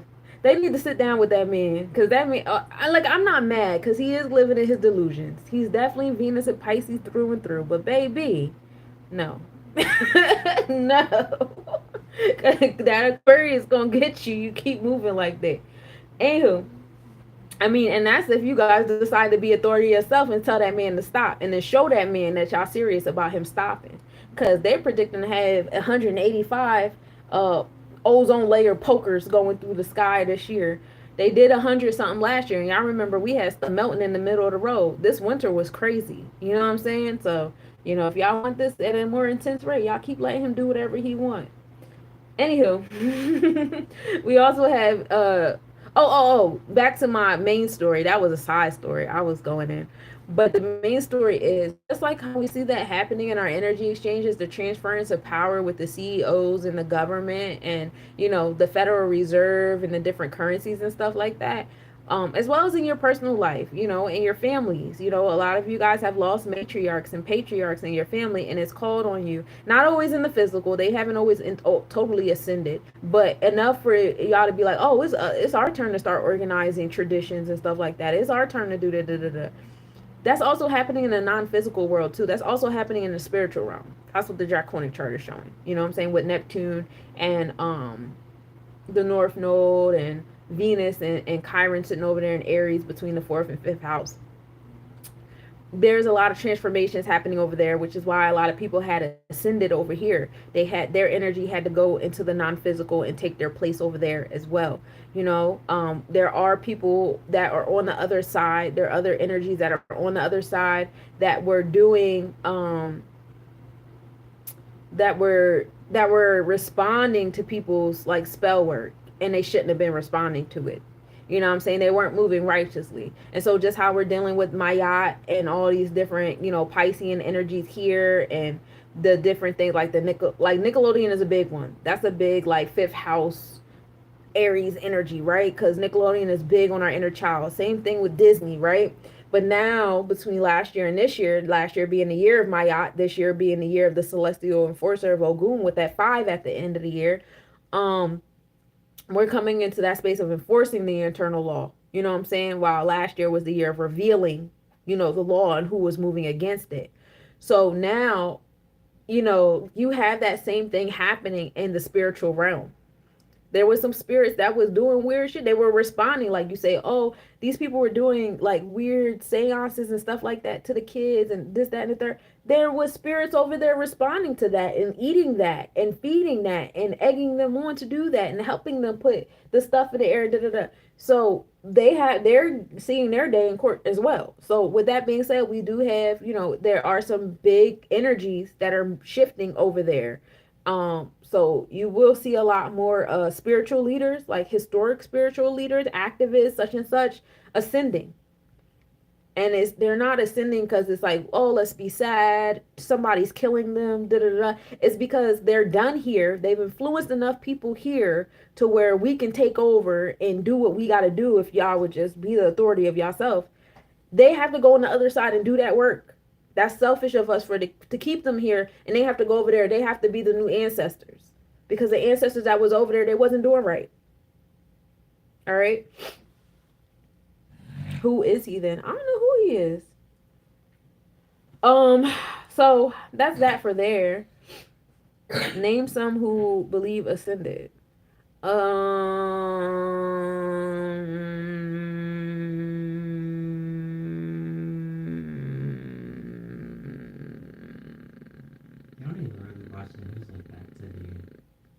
Like on recent. I was thinking about this one particular dude, but I forget what his name is. You can describe him. No, I can't. No. He does a lot of YouTube videos though. But that guy, I don't know why MF Doom came to my head, but definitely that guy. MF Doom has inspired enough musicians to make the music that MF Doom was making, to keep those frequencies in the air. Dr. CB definitely has influenced enough people in nutrition and health to take the baton and expand it. And then you'll see more people ascending this year that was in alignment with that energy. I don't want to name people because I don't want to put that energy out there. I'm not a psychic. I don't want to move like a psychic. So we come into the sixth house of, habits. Now there's no placements in the sixth house of habits, but it is in Taurus energy. So in that space of heart chakra of what you prioritize and what you value the most that's what's going to be in your habits, space of business and love. You do have Uranus sitting on that descendant line, like literally on the descendant line, finding that balance between how your sense of belonging and your space of success, that physical to non-physical self, progressive pushes between the two now. Now, on your energy exchanges, Uranus is sitting on that descendant line or between Aries and Taurus. The sixth house is sitting in the Aries, so new beginnings in your energy exchanges. New beginnings aren't going to be easy because they are in Aries, and Aries is fire. Aries is about control, confrontation. You know what I'm saying? So you might be confronted with some of the things that you have a habit about what you're learning, your intellectual space. So like, just like me sitting up here saying the things that I know for you. You guys see in the comments how people comment back, how people challenge me, try to belittle my mindset. And that's just what you see in the comments. You can imagine what's in my email and my inbox, okay? It gets worse. So, with that, that is just an example. But that Uranus is providing that progressive push and that balance between, your sense of belonging and how you exert yourself in that MC line and new beginnings there. Um, Aries can also deal with that solar plexus chakra, your desire to control. Realize that that is just a sign that you're not controlling your own energy well enough. So control your solar plexus chakra here. You will feel progressive pushes to control your solar plexus chakra. Um, in your soul experience, that Uranus is still progressively pushing on that balance line and that Taurus energy as well, just as it is in your thoughts. So your thought and your spirit is pretty much in alignment with that Uranus pushing in the Taurus energy. Now we get into the seventh house. That's the balance between the physical and the non-physical, bonds and contracts, righteousness or whatever. Jupiter is expanding that, and Jupiter is expanding that in Gemini. Finding joy in your community, communication. Now, things that you actually want to learn about. A lot of the things that you want to learn about are in alignment with the sages, the oracles, spiritual experience, you know, sacral chakra energy, you know what I'm saying? Um, in our actual energy exchanges, the happenings, that is Jupiter is expanding over there in our materialistic realm of business, wealth, where we prioritize facets of love and forgiveness in that Taurus space. So that's pretty cool. And then again, spiritually speaking, that the thoughts and our spiritual stuff are in alignment. Then we get into the eighth house of transformation, building and destroying, the transformation of power, empowerment, manipulation, secrets coming out, all that fun stuff. You have the vortex over there with Mars. So in Cancer at the end of this month, because eventually Mars goes prograde after a while, but it's gonna spend all of February and uh, Cancer, Gemini. Thought processes in Cancer, still having introspection on our motivation, what we want to control in ourselves, what we try to control in other people, what we should really be controlling ourselves, awareness of our solar plexus chakra, what are we motivated by, what triggers us, what angers us, what gives us motivation, how do we invoke that in other people's social plexus chakras, and start being mindful of our energy exchanges in that retrospect. In our energy exchanges, it's gonna different tests is gonna come personified. You know what I'm saying? It's gonna come through your community. You know what I'm saying? Mars isn't always like all negative. Sometimes just learn them to be methodical because the gut controls the mind and everything starts with the thought. So getting more in tune with fasting will definitely help you guys. Uh diets like a lifestyle diet change is really good for you guys. Paying attention to your blood flow, your blood health, your blood type, because Mars rules over all of that, your blood pressure, blood sugar, blood circulation. I would advise getting into all that, but definitely gut health. Gut health is a big one with Mars being in Cancer, Gemini. You might attract people who represent the lack of gut health. You know what I'm saying? Their minds are foggy or they're more combative because they eat in certain animals, certain, products and chemicals and stuff like that. You know what I'm saying? And I say that it's coming into your space because Mars is sitting over there in the vertex, next to vertex. And again, that's in the eighth house of transformation, building and destroying. Truths coming out. The truths are going to come out to you in your energy exchanges with your community. So, yeah. Mars is also the planet of leadership, cardinal energy, taking that action. So don't wait for somebody to tell you, take initiative. Also for my Geminis in the place. We got a Gemini president, y'all. I'm waiting for Kanye to do some weird shit. Where is Azalea Banks? What other weird Geminis we got? Not weird. Y'all be everywhere. Um my Mars is in Gemini, so I feel lovely here. I like it here with my Mars in Gemini. As far as I know, you can ascend until you move like water and love. Okay, until you with the Trinity. Okay. Okay. Then we get into the ninth house. There's no celestial bodies in the ninth house. The ninth house is Sagittarius house. This is expansion. This is the sacral chakra. This is joy and abundance and generosity and philanthropy and building the utopia.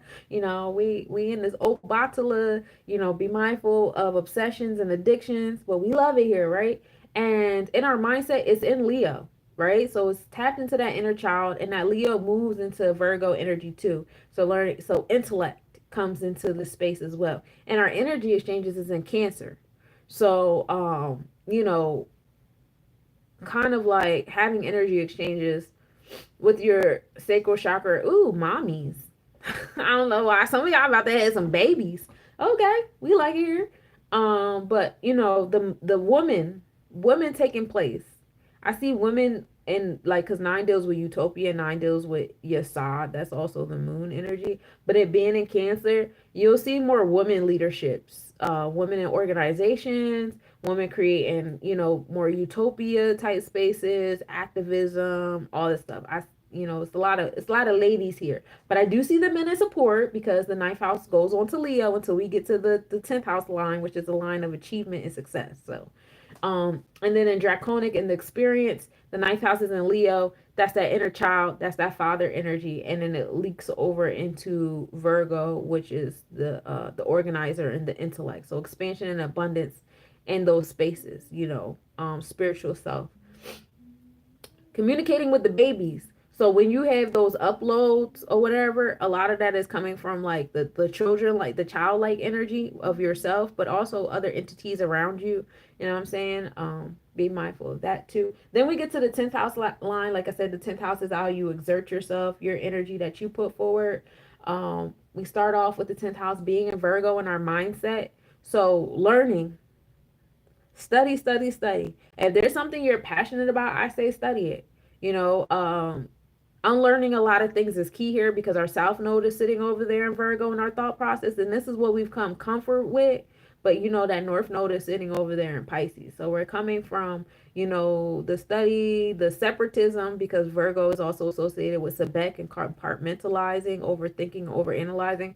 And we're moving more towards that water like Piscean energy of belief and spirituality and the Akashic records, and more things being hidden rather than out and studied. You know what I'm saying? So being mindful is that too. Coming less out of the rigidity that Virgo could be in, even though Virgo is kind of mutable, but it's still pretty rigid, and moving more into being fluid, right? Like that water and love you talking about over there, Jones. Um, in our energy exchanges, the South Node, the 10th house line is over there in Leo. We have the line moving over until the house of 10 moving over with the South Node still in Virgo. Same vibes, and then same vibes in Draconic, of course, but we have the South Node sitting there at 0 degrees, which is always where it's at. It's just the house has changed. Right now, it's the house of success is over there on our spiritual self, being at 0 degrees, Libra, which is the keeping your heart as light as a feather in alignment with my yacht. All right. I'm telling y'all, people are trying to invoke y'all. When I got disappointed when all this stuff was coming out about immigrants or whatever, and people were making jokes and being insensitive. Like these aren't also facets of God. That's what I got. I got disappointed. That's not my yacht. That's not keeping your heart as light as a feather. That's like, as long as it's not happening to me, I don't care. And that's not it. Ooh, you should care regardless.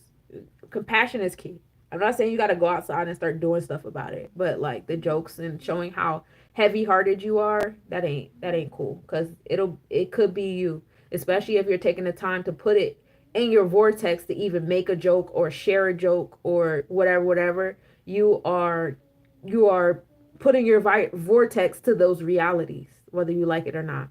All right, so be mindful of that, y'all. The 11th house. The 11th house is the Aquarius house, society, revolutionary energy, power to be one with all, Ashe. We have the Black Moon Lilith over there in our thought process, that primordial energy. This is, the compassion, but from the dark side. It's felt, not seen. You know what I'm saying? Um, this is when we get to like, the mother root. This Lilith don't play. You know what I'm saying? While you got, the moon or whatever, the moon is, more soft. Like, I love you. Da, da. And Lilith is more like Cali kind of moon type energy. Like I'll chop heads off for you because I love you. You know what I'm saying? It's that kind of vibe. So Lilith is sitting over there in that space of balance, harmony, and justice, the bonds and the contracts, keeping your heart as light as a feather. So like I said, y'all be careful with them jokes and that stuff y'all putting out there. Cause Lilith and Libra in society, Lilith and Libra in society is going to be chopping off the heads of the people that's walking around heavy hearted. All right. Keep your heart light, y'all. Pack light. Erica Badu said it. Pack light. All right. In your energy exchanges, Lilith is still over there in the 11th house of Libra, as well as in the Draconic. So that's a mind, body, and soul alignment. All right. So being mindful of that. Now we get to the 12th house. This is the subconscious and the Akashic records, the hidden agendas and things. We don't have any celestial bodies here in our mind, body, or soul. However, in our minds, we have Scorpius energy here, being empowered, feeling powerful, transformations, truths coming out, the pendulum swinging of power, all that fun stuff. In our energy exchanges, events, that Akashic record energy is happening in our space of law, justice, truth, and righteousness. In our spiritual space, is also happening in Scorpius energy transformation. Like I was telling y'all earlier, just how like in our interpersonal relate in our events now, how you see CEOs stepping down and others stepping up. You see all these internal investigations happening and all these different things happening. We made that happen. We made that happen. Look at the placement that's over there in Gemini. That man is having Gemini experiences in alignment with what planets? Jupiter. Jupiter is the wisdom from the Oracle and Sages. He's just a channel. You don't have to like the channel, but the channel is channeling. You got the vortex and Mars over there. So no, it's not going to be pretty. Yeah, it's coming through a leader. And yeah, he got to be a militant leader, says Mars. However, the transformations are happening, says the 8th house. The power, the pendulum is swinging. The universe is always working in your favor. Whether you can't see the big picture. We were just watching The Prince of Egypt recently because my son, he didn't really know who Moses was, and I was like, oh shit, we gotta find a movie that we can watch that can make you understand. So we watched The Prince of Egypt, and damn it, I can't think of his name right now, but he had bars in the song, and he was like, you're a thread in the tapestry. You can't see the whole tapestry, but don't think that thread that you are don't matter. Everybody's a thread in the tapestry. So you may not be able to see the whole picture. You may not be able to see that whole, tapestry, the whole puzzle or whatever. But just know the little pieces that's moving, how they moving in the space, is making a whole big thing. And we love it here. Hey, Trap. How you doing, love? So keeping that in mind. But yeah, so that's the 12 house placements and those things, keeping your heart light and feather. Now we get into the ascendant line. So this is the auric body. This is the energy that you're giving off. This is your rising space, right? In that first house vibe, we have that line starting over there in Scorpio in our mindset. So our mind is on, I want the transformation. You're thinking on the transformations right now. You are thinking on the transformations that you're going to attract in your space, Fortune is also here in the first house in Sagittarius. So being optimistic, abundant, and expansion, getting your downloads from the Oracle on the stage, having that sense of planning and organizing, but like in a space where like I'm learning and I'm expanding myself in that space of planning and organizing rather than I'm paying attention to the restrictions, right? All of that is happening. Fortune is over there, like I said. In your energy exchanges, while that's all happening in your mindset, you guys getting those downloads, getting those realizations about how the fortune is moving. In your energy exchanges, it's transformations happening so that fortune can occur. Again, trust the process. Everything's working in your favor. This is exactly what you asked for, okay? In the Draconic chart, in your spiritual exchanges, the fortune is also sitting over there in Sagittarius. So your mind and your soul are in alignment with that expansion and that abundance, that joy, the utopian, being philanthropic, giving to others will definitely help you guys absorb what y'all need. Start putting that energy out there. You know what I'm saying? Start sharing your joy. Start pouring into other people's cups. Start feeling like I'm so abundant in love that I can share my love endlessly. I'm so abundant in intellect. I can share my intellect endlessly. I'm so abundant in money or housing or food or, whatever it is, Allow it to be abundant and pour over. I'm not saying share all facets of self in that realm, but never move in a space of scarcity in any level on any facet of yourself. The moment you move in scarcity on any level, you're hardening your heart. And that's not what we try and do right now, especially in the age of Aquarius. Aquarius is bringing us back to the Ketters, the star energy, the power to be one with all. And ain't no room for no heavy heart in that kind of energy, right? You got to stay light because that's the air element. Now, when we get to the second house, we're in that house. My day was good. How was your day, love? When we get to the second house, we're in that house of priorities and what we find value in. We're in that space of beauty, romanticism, aesthetics, love, the monies. We don't have any celestial placements in the second house on tropical, Vedic, or Draconic. But I will say our mind and soul are in alignment with that long-term planning, dealing with the root chakra. What we're prioritizing as the Capricorn energy is in the second house. That's earth on earth. So slow and steady wins a race. Remember I said long-term planning. That's the energy of the wood snake too. You know what I'm saying? Don't be impulsive during this year. Impulsiveness will not assist you. You know what I'm saying? Be methodical. Plan things out. Have knowledge first. You know what I'm saying? Allow the knowledge to align everything else. A knowledge is one. And then you come into wisdom, which is the exercise of knowledge. Once you exercise that knowledge, you start to have certain experiences. That brings you to 3, right? Which is understanding. Then you go down to 4, which is chesed. That's your imagination. Now with this knowledge, wisdom, and understanding, you can imagine the things that you can do now and that you want now in your space. You're realizing it. You know what I'm saying? Then you go into 5. So now you're enforcing it. You done got the knowledge, wisdom, understanding. Now you go into the law and the order and the imagination of it. Now you're enforcing that in your space. This is what I want. You're doing that with the confidence and courageous of 6, Tippereth. Then you're celestial designing it into your space. That means it's starting to come into the physical on the 7. By the 8, we're in the celestial technicians. Now we're getting into the intellect, paying attention to the details of all the things. We wrote the whole paragraph. Now we're going to break down the synthesis and the parts of speech and the words that we're using. Woo wop. Then we get to 9. Now we're giving birth, right? Once we give birth, 9, we go into the 10. That's Malkuth. Now it's in the earth. Now it's in the physical.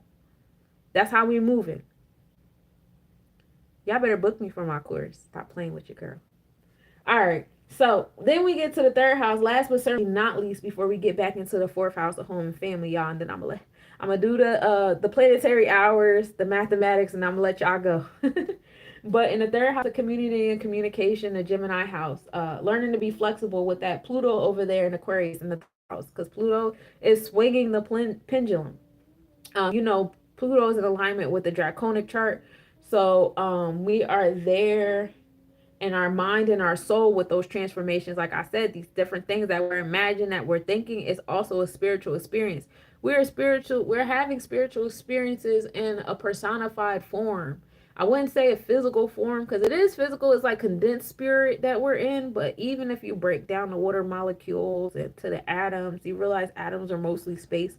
We're mostly space. You know what I'm saying? Certain spaces are more spacious than others, but we're mostly space. That's why you can put a light through you. It's pretty cool, right? And so, allow yourself to have these spiritual thoughts, these spiritual experiences. Align them in your vortex. It's Pluto sitting over there in Capricorn, bringing it into fruition. Bringing it into the root chakra, creating the limitations and the restrictions and the boundaries that need to happen for it to come into fruition in the physical realm, right? So Pluto's over there swinging the pendulum between the physical and the non-physical. But I don't need to get back into that with y'all. The moon is also sitting here in the 3rd house of flexibility, intellect, community, and communication. Moon giving that introspect, nurturing, empathetic, emotional energy, do the emotional work in your mindset with that Aquarius energy with society. So we want to be more empathetic and sympathetic to our society, do we not? Right? We want emotional connections. We want to nurture each other. We want to feel nurtured and supported. You know what I'm saying? That's also a spiritual experience with the moon sitting over there in the 3rd house in Aquarius. And our energy exchanges, the moon is also sitting over there in Aquarius in the 3rd house as well. So mind, body, and soul are in alignment with that moon. So we have a nice little lineup between Pluto and Aquarius, the moon in Aquarius. Then you got this in Pisces, you got the sun, Saturn, Mercury, the North Node, and then Neptune. And then you'll see Venus and Chiron over there in Aries. So that's like the nice lineup. You might even go as far and see Uranus over there in Taurus. Probably not so much because I believe no, you could because Earth will be over there in Leo energy, so you might be able to see Taurus a little bit, but definitely Uranus and Aries. So that's the line you'll see across the sky. Now over there sitting with, Earth being in what is that? The sun is in Aquarius Pisces. So Earth is in Virgo Libra. So Virgo is going to be, Earth is going to be near like Lilith in the South Node, what we're comfortable with, and the, primordial energy. So being mindful of that, that's what's there. All right. So that's that. All right. So getting into today's mathematics. Yesterday was the life path number 11. Yesterday was a great number for my 11 life pathers. Today we start off the energy with 11. We come into a 2 and 9. We're bringing this third decan of the month to a close. This decan of expression, creation, and emotion, understanding. So 2, finding balance, harmony, justice, and truth in alignment with that 9, that abundance, that expansion, that optimism, that utopian energy, being philanthropic, all that stuff. So that 2 and 9, finding balance in that 9. Okay, I see you, Track. Is coming into 11. So today is a great day for my people that are born on a day of 11. The 11th, what is that? What is that? I don't know. It's not 19, it's 20. Well, yeah, it could be 19 because that's still 2. 11 is still 2, right? And then you got 29. So that's where we're at. What is it? And so now we're going to take that 11 or that 2. 11 is the number of mastery. You do yourself so well that you start to pour into other people. So we're going to, of course, we want knowledge on that. We want to be the cardinal action to it. We're going to take the initiative on mastering self, finding balance, harmony, and truth. So we come into 1 and 2, knowledge and wisdom, and that brings us understanding. So now we're on to 3, understanding, expression, emotion, being an energy, right? We're going to take that 3, we're going to put it into the year of 9. This is the year of 9. This is the year of harvest. This is the year of reaping what you sow, so sow like you're going to reap it. Everything you put into the 9, you're going to get in return. That's why I said y'all need to be careful with the thoughts and the emotions and the words and the jokes and the mindsets and the intrusive thoughts and everything in between that y'all put into your vortex, because you are the 9 this year. So if you put that in your vortex, that's what you're going to get back. Be mindful of that, okay? So we're going to put that 3 into the 9. And what do we get back? We get back the knowledge and wisdom. That brings what? Understanding. Today is a day of 3. Today is a day of understanding, which is in divine alignment with the fact that the sun and the moon are bringing the lunar new year in with that energy of 3. We are, which is Capricorn. They're letting us know, like, we're in alignment with the numbers. The numbers are in alignment with the astronomical report. Okay. So, having that correlation together, what I'm saying? Who is your authority? Who are you standing under? What knowledge and what wisdom are you bringing into your understanding? What knowledge and wisdom are you expressing? Is it your knowledge? Is it your wisdom? Is it the knowledge and wisdom of the collective, the spiritual collective? And you're just moving as a channel, you're standing under as a channel of the collective of God, of Gaia, the ultimate universe, whatever, however, jargon you want to use. Or are you expressing something that somebody else implanted in your mind? You know what I'm saying? Having the mindset of that is key today on this day of 3. So that's today's mathematics. 3 is associated with the letters C, L, and U. All right. C is fire, action. Action. L, I believe, if I can find the page, is water, which is emotions, but I want to find the page for confirmation. And U should be earth, bringing things into fruition, which I'll be able to confirm once I find my page in my notebook that tells me, yeah, you're right, sis. And I'm like, yeah, you know what? I'm starting to learn this shit by heart. That's crazy. Woo. Oh, there it goes. Yeah, C is fire, taking action. L is water, and U is earth. Hey, look at me learning that shit by heart. Gang, gang, off in this thing. So if you give me a moment, we can do the Natal reading for the 3. And then I'm going to get into the planetary hour with y'all. Okay?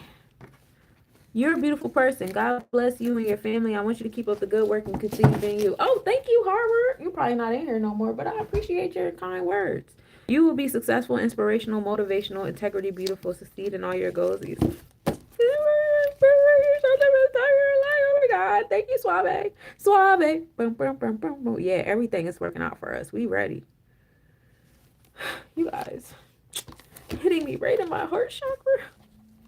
Y'all are why I love it here so much. So Seker is the vibe for today. Ta, Amit, Kapir. Canaanite is Zakael, Ama or Ama. And the Kabbalah, this is Bina, which is understanding. And Yoruba, this is Babalao. Babalao is that Capricorn energy. Babalao likes to walk around with the Oba scales to make sure your heart is light as a feather. Oh, every time I think of a Babalao, you know what I think of? I think of Shona from The Last Dragon. He was walking around, am I pretty enough? Shona. And then he'll go around challenging everybody in a dojo. You know what I'm saying? Like, kiss my converse. Like, that's Babalao energy, but like in an imbalanced kind of way, I guess, because he wasn't really trying to measure nobody's heart as light as a feather. But kind of did, because once Bruce Leroy realized that he was the last dragon, he started glowing in the ketters and his solar plexus chakra, and he was doing a thing, and then it was like a whole thing, and then it ended up his heart was light as a feather, because he was balanced Mayat the whole time. You know what I'm saying? And then he was doing it for the love. You know what I'm saying? So then he beat ass. And then, Babylon was like, oh, snap. You know what I'm saying? So, I don't know. But all in all, Babylon walks around with the open scales. And if your heart is not as light as a feather, he feeds your heart to the alligators. In Hindu Kush, this energy is associated with Kali. Of course, we're dealing with the planet Saturn, and the day is Saturday. The colors are indigo and black. The number is 13, which is a karmic debt number, because it's difficult to stand under what you know or express what you know or take energy on your emotions, because it's so much personifications and energy and intellect telling you to do what they want you to do instead. And so that's why 13 be a karmic number. And a nice example of that is 13 is associated with the moon, and people who were found celebrating the moon were hanged or burnt to death or whatever. They were the witches. All right. The gems and the metals are blue sapphire, onyx, and lead. The herbalism for the bath is Artemisia vulgaris, Jerusalem tea, and bitter broom. The oils are myrrh and cypress. The incense is myrrh, cypress, and southernwood leaves. The hakao, or the words of power, is kring, Kring. The planetary words of power are ong, prang, pring, prong, aung, prang, pring, and praung. The spiritual direction is east. The mundane direction is southwest. As far as the personality portfolio on the energy, on the animal spirit, Saturn has a frigid and dry energy. Some of the positive aspects is being stable, sober, steadfast, reserved in speech, thrifty, studious, austere, steadfast in friendships, reliable, appreciative of structure and limitations, patient and hardworking. Some of the negative traits is misanthropic, morose, depressed, covetous, I don't know, jealous, mistrustful, suspicious, liar, malicious, miscontent, timorous, miserly, unappreciative of structure and limitations, acquisitive, unsympathetic, stubborn, inhibited, phobias, mistrustful, unadaptive, separative, envious, and stingy. Some positive mental traits: suppression of thought processes through deep concentration, resulting from perfection in the men-ab systems, like lower self meditation system, leading to the ability to A, awaken and direct the units of spiritual power, which is the Netarus, deities, spirits, and B, enter in attunement with the spiritual forces that are in charge of the orderly unfoldment of events in the world, hence good powers of planning and organizing, hence appreciative of structure and limitations. I like that. Some of the negative traits of this Sephiro or Netaru: 3, lack of concentration, poor planning, absence of plans, unappreciative of structure or limitations. Because you don't see the power or the necessity of limitations and structures to have what's in the non-physical, in the ketters, in your imagination, in your downloads, and what's required to birth it into the physical are some limitations and structure and long-term planning. So if you don't have an appreciation for that process, then I don't know what to tell you. Some careers or functions: elderly persons, property owners, farmers, miners, subway workers, funerary industry, priests and priestesses skilled in the use of words of power, The spiritual portfolio, imposition of the divine law from within by deities and spirits, destiny, success in life, organization, structure, cycles, hierarchy, phases, limitations, delays, and obstructions. No two things can occupy the same place at the same time. Divine law and order, therefore, guarantee all things their day in the sun. The coming into being and the unfolding of all events in life are controlled by spiritual forces. All right. Hey, Demita. Maintain order in the world by organizing all things and their parts into a hierarchy of place and time. Regarding life events, we therefore do not make up plans that we follow, but seek to intuit, which is like download, the spiritual structure controlling the events in our lives as ordained by the spirits. Incidentally, these structures are patterns that are woven into the energy matter substratum, are analogous to the patterns that are formed when sound vibrations are deployed over the surface of water, etc. Some of you guys like to look at fire. Some of you guys listen to the wind. You know, it's your world. They have been reproduced in many cultures and are known as veves or yantras, etc. People with a well-developed ability to concentrate, which enables them to intuit the spiritual structures underlying events, are said to be good planners. They also have the capacity to accept and appreciate the limitations that our structures impose on their thoughts, emotions, and actions. As these structures guarantee each thing its time and place for manifesting by maintaining order, these people are successful in their lives. Those who lack the ability or the inclination to concentrate deeply enough to intuit the underlying structure of things either fail to plan or lack the capacity to accept and appreciate structures and limitations. Thus, they run into what they interpret as obstructions, delays, etc., and lacking help from other spiritual quarters, end up with the miserly existence as they live like trains trying to run without staying on the tracks. And we know limitations, structures, and rules are required for the train to stay on the tracks, is it not? And if the train doesn't stay on the tracks, it feels like chaos. I don't want to be on a train that's not on the tracks. I don't know about you guys, but you know, do your thing, okay? So that's what we have on this wonderful day of 3. We move in gratitude. Wow, it's fun here, right? So let's get into the planetary hour. Y'all got y'all pen and paper together? Are you guys ready? Yeah, we're ready. We love it here. Woo. Okay. So the hours of Mercury is where we'll start, because today is indeed the day of Eshu, which is ruled by the throat chakra, ear, nose, and throat. Mercury hours are from 12 a.m. to 1 a.m., 7 a.m. to 8 a.m., 2 p.m. to 3 p.m., and then 9 p.m. to 10 p.m. Now, we talked about Mercury heavy already, but just to remind you guys, Mercury is over there in and Capricorn, and your mind, your body, and Aquarius in your soul.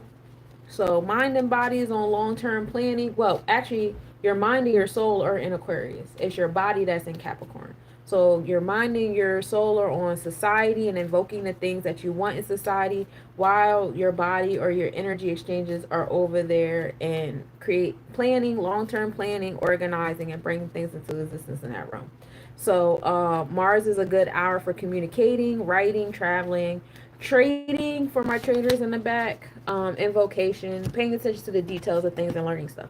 The hours of the moon: 1 a.m. to 2 a.m., 8 a.m. to 9 a.m., 3 p.m. to 4 p.m., and then 10 p.m. to 11 p.m. Now, the moon is all about your emotional needs, nurturing yourself, the matriarchal energy, you know, meditating, just self-care stuff. That's all moon vibes. We talked about the moon being in Aquarius on the mind and the soul, you know, revolutionary society, you know, having introspection on those things. Our energy exchanges are over there in Capricorn, long-term planning, dealing with the challenges, the restrictions, and the limitations of the things that, of the kind of society that we're imagining so that it may be born. Ashe? Okay. The moon. We talked about the moon. Saturn's hours are for 2 a.m. to 3 a.m. So right now we're in Saturn's hours, as far as me in Jersey. 9 a.m. to 10 p.m., 4 p.m. to 5 p.m., and then 11 p.m. to midnight. Saturn's hours are all about restrictions and limitations. You know, long-term planning is heavy here. Chakra, you know, the things that you want to bring into fruition, authoritative of self, you know, doing some root chakra stuff, all that fun stuff. Now, Saturn is sitting over there in Pisces. We have Saturn sitting in Pisces in the mind and soul. And then we have in our energy exchanges, we have Saturn sitting over there in Aquarius in our society. So as we imagine things, it's being presented to us in society. What we look at as society. Aquarius also rules over electronic communication. So that's kind of like in alignment with, like, you think something, you feel something, and then you look over to your phone, which is a cellular device, which is like an extension of self, and you see that they've been listening to you, and now they have this whole thing up there. All right. Jupiter hours are from 3 a.m. to 4 a.m., which is probably, where we're gonna be at when we land. But I ain't gonna hold you that long.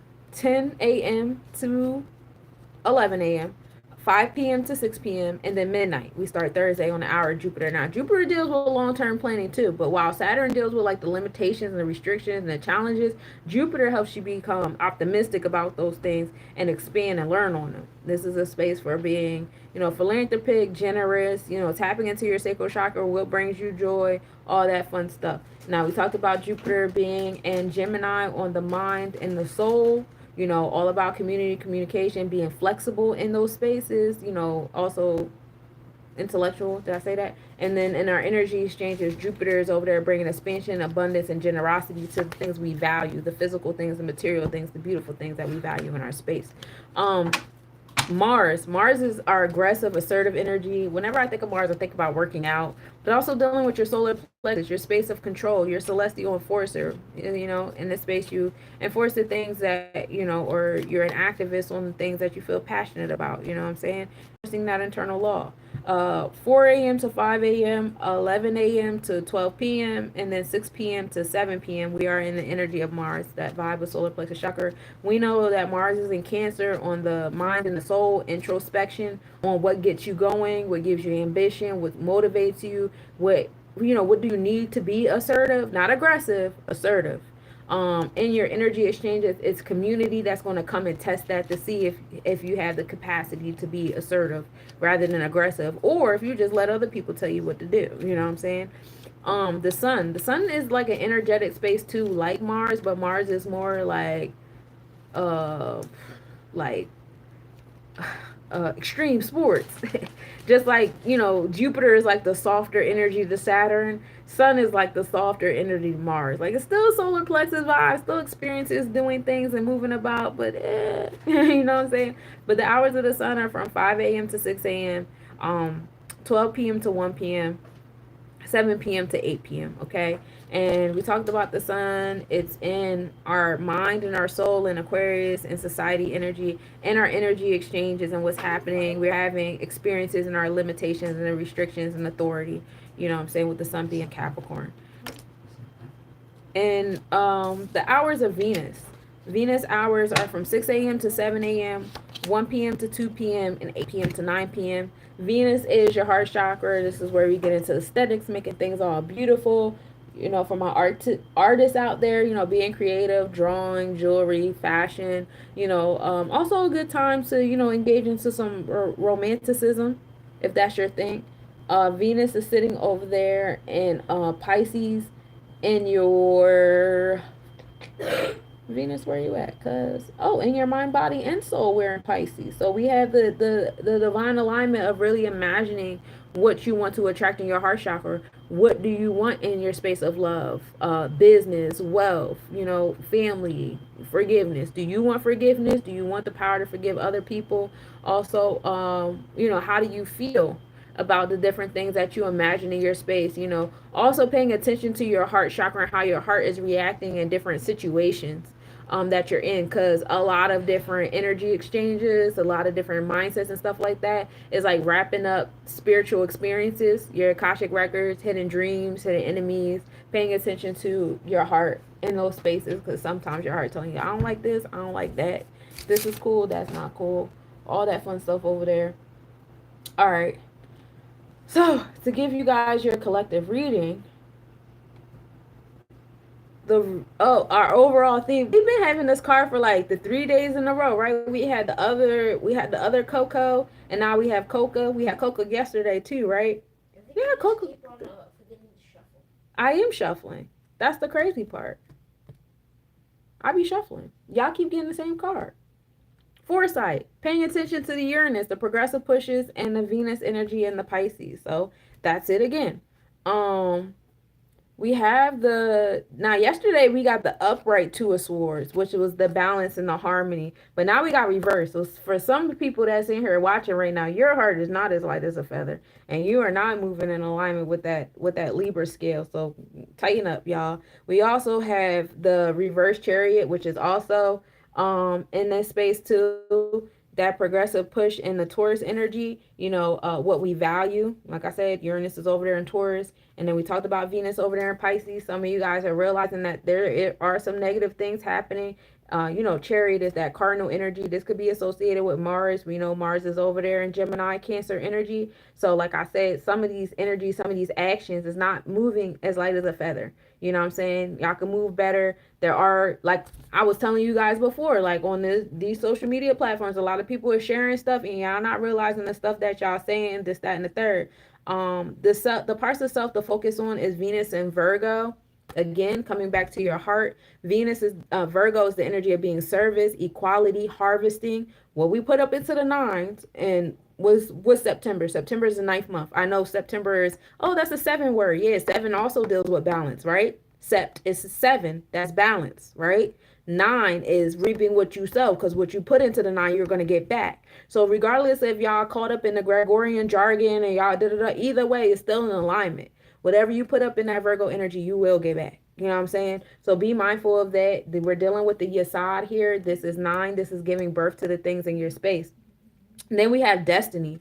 So, the universe is always working in your favor. So if you're focused on these negative things, you're making the negative jokes, you're not making the progressive pushes, you are on the woe it's me, you are sharing the nonsense and shit like that, you are destined to give birth to it. You're going to harvest it, Venus and Virgo. You're also, it's going to be in your third eye. Like I said, just how in the physical world, there's transformations happening in power. In the non-physical world, there's transformations happening in power too. But the transformations in power don't always look like how we think they're going to look. You know what I'm saying? Because you can't see the whole picture. You only see the small part or whatever. But you got to be mindful of that. This feels like it's really going to like the transformations, this sense of disloyalty, again. I guess the people that are watching this right now, it's some nonsense going on in your space.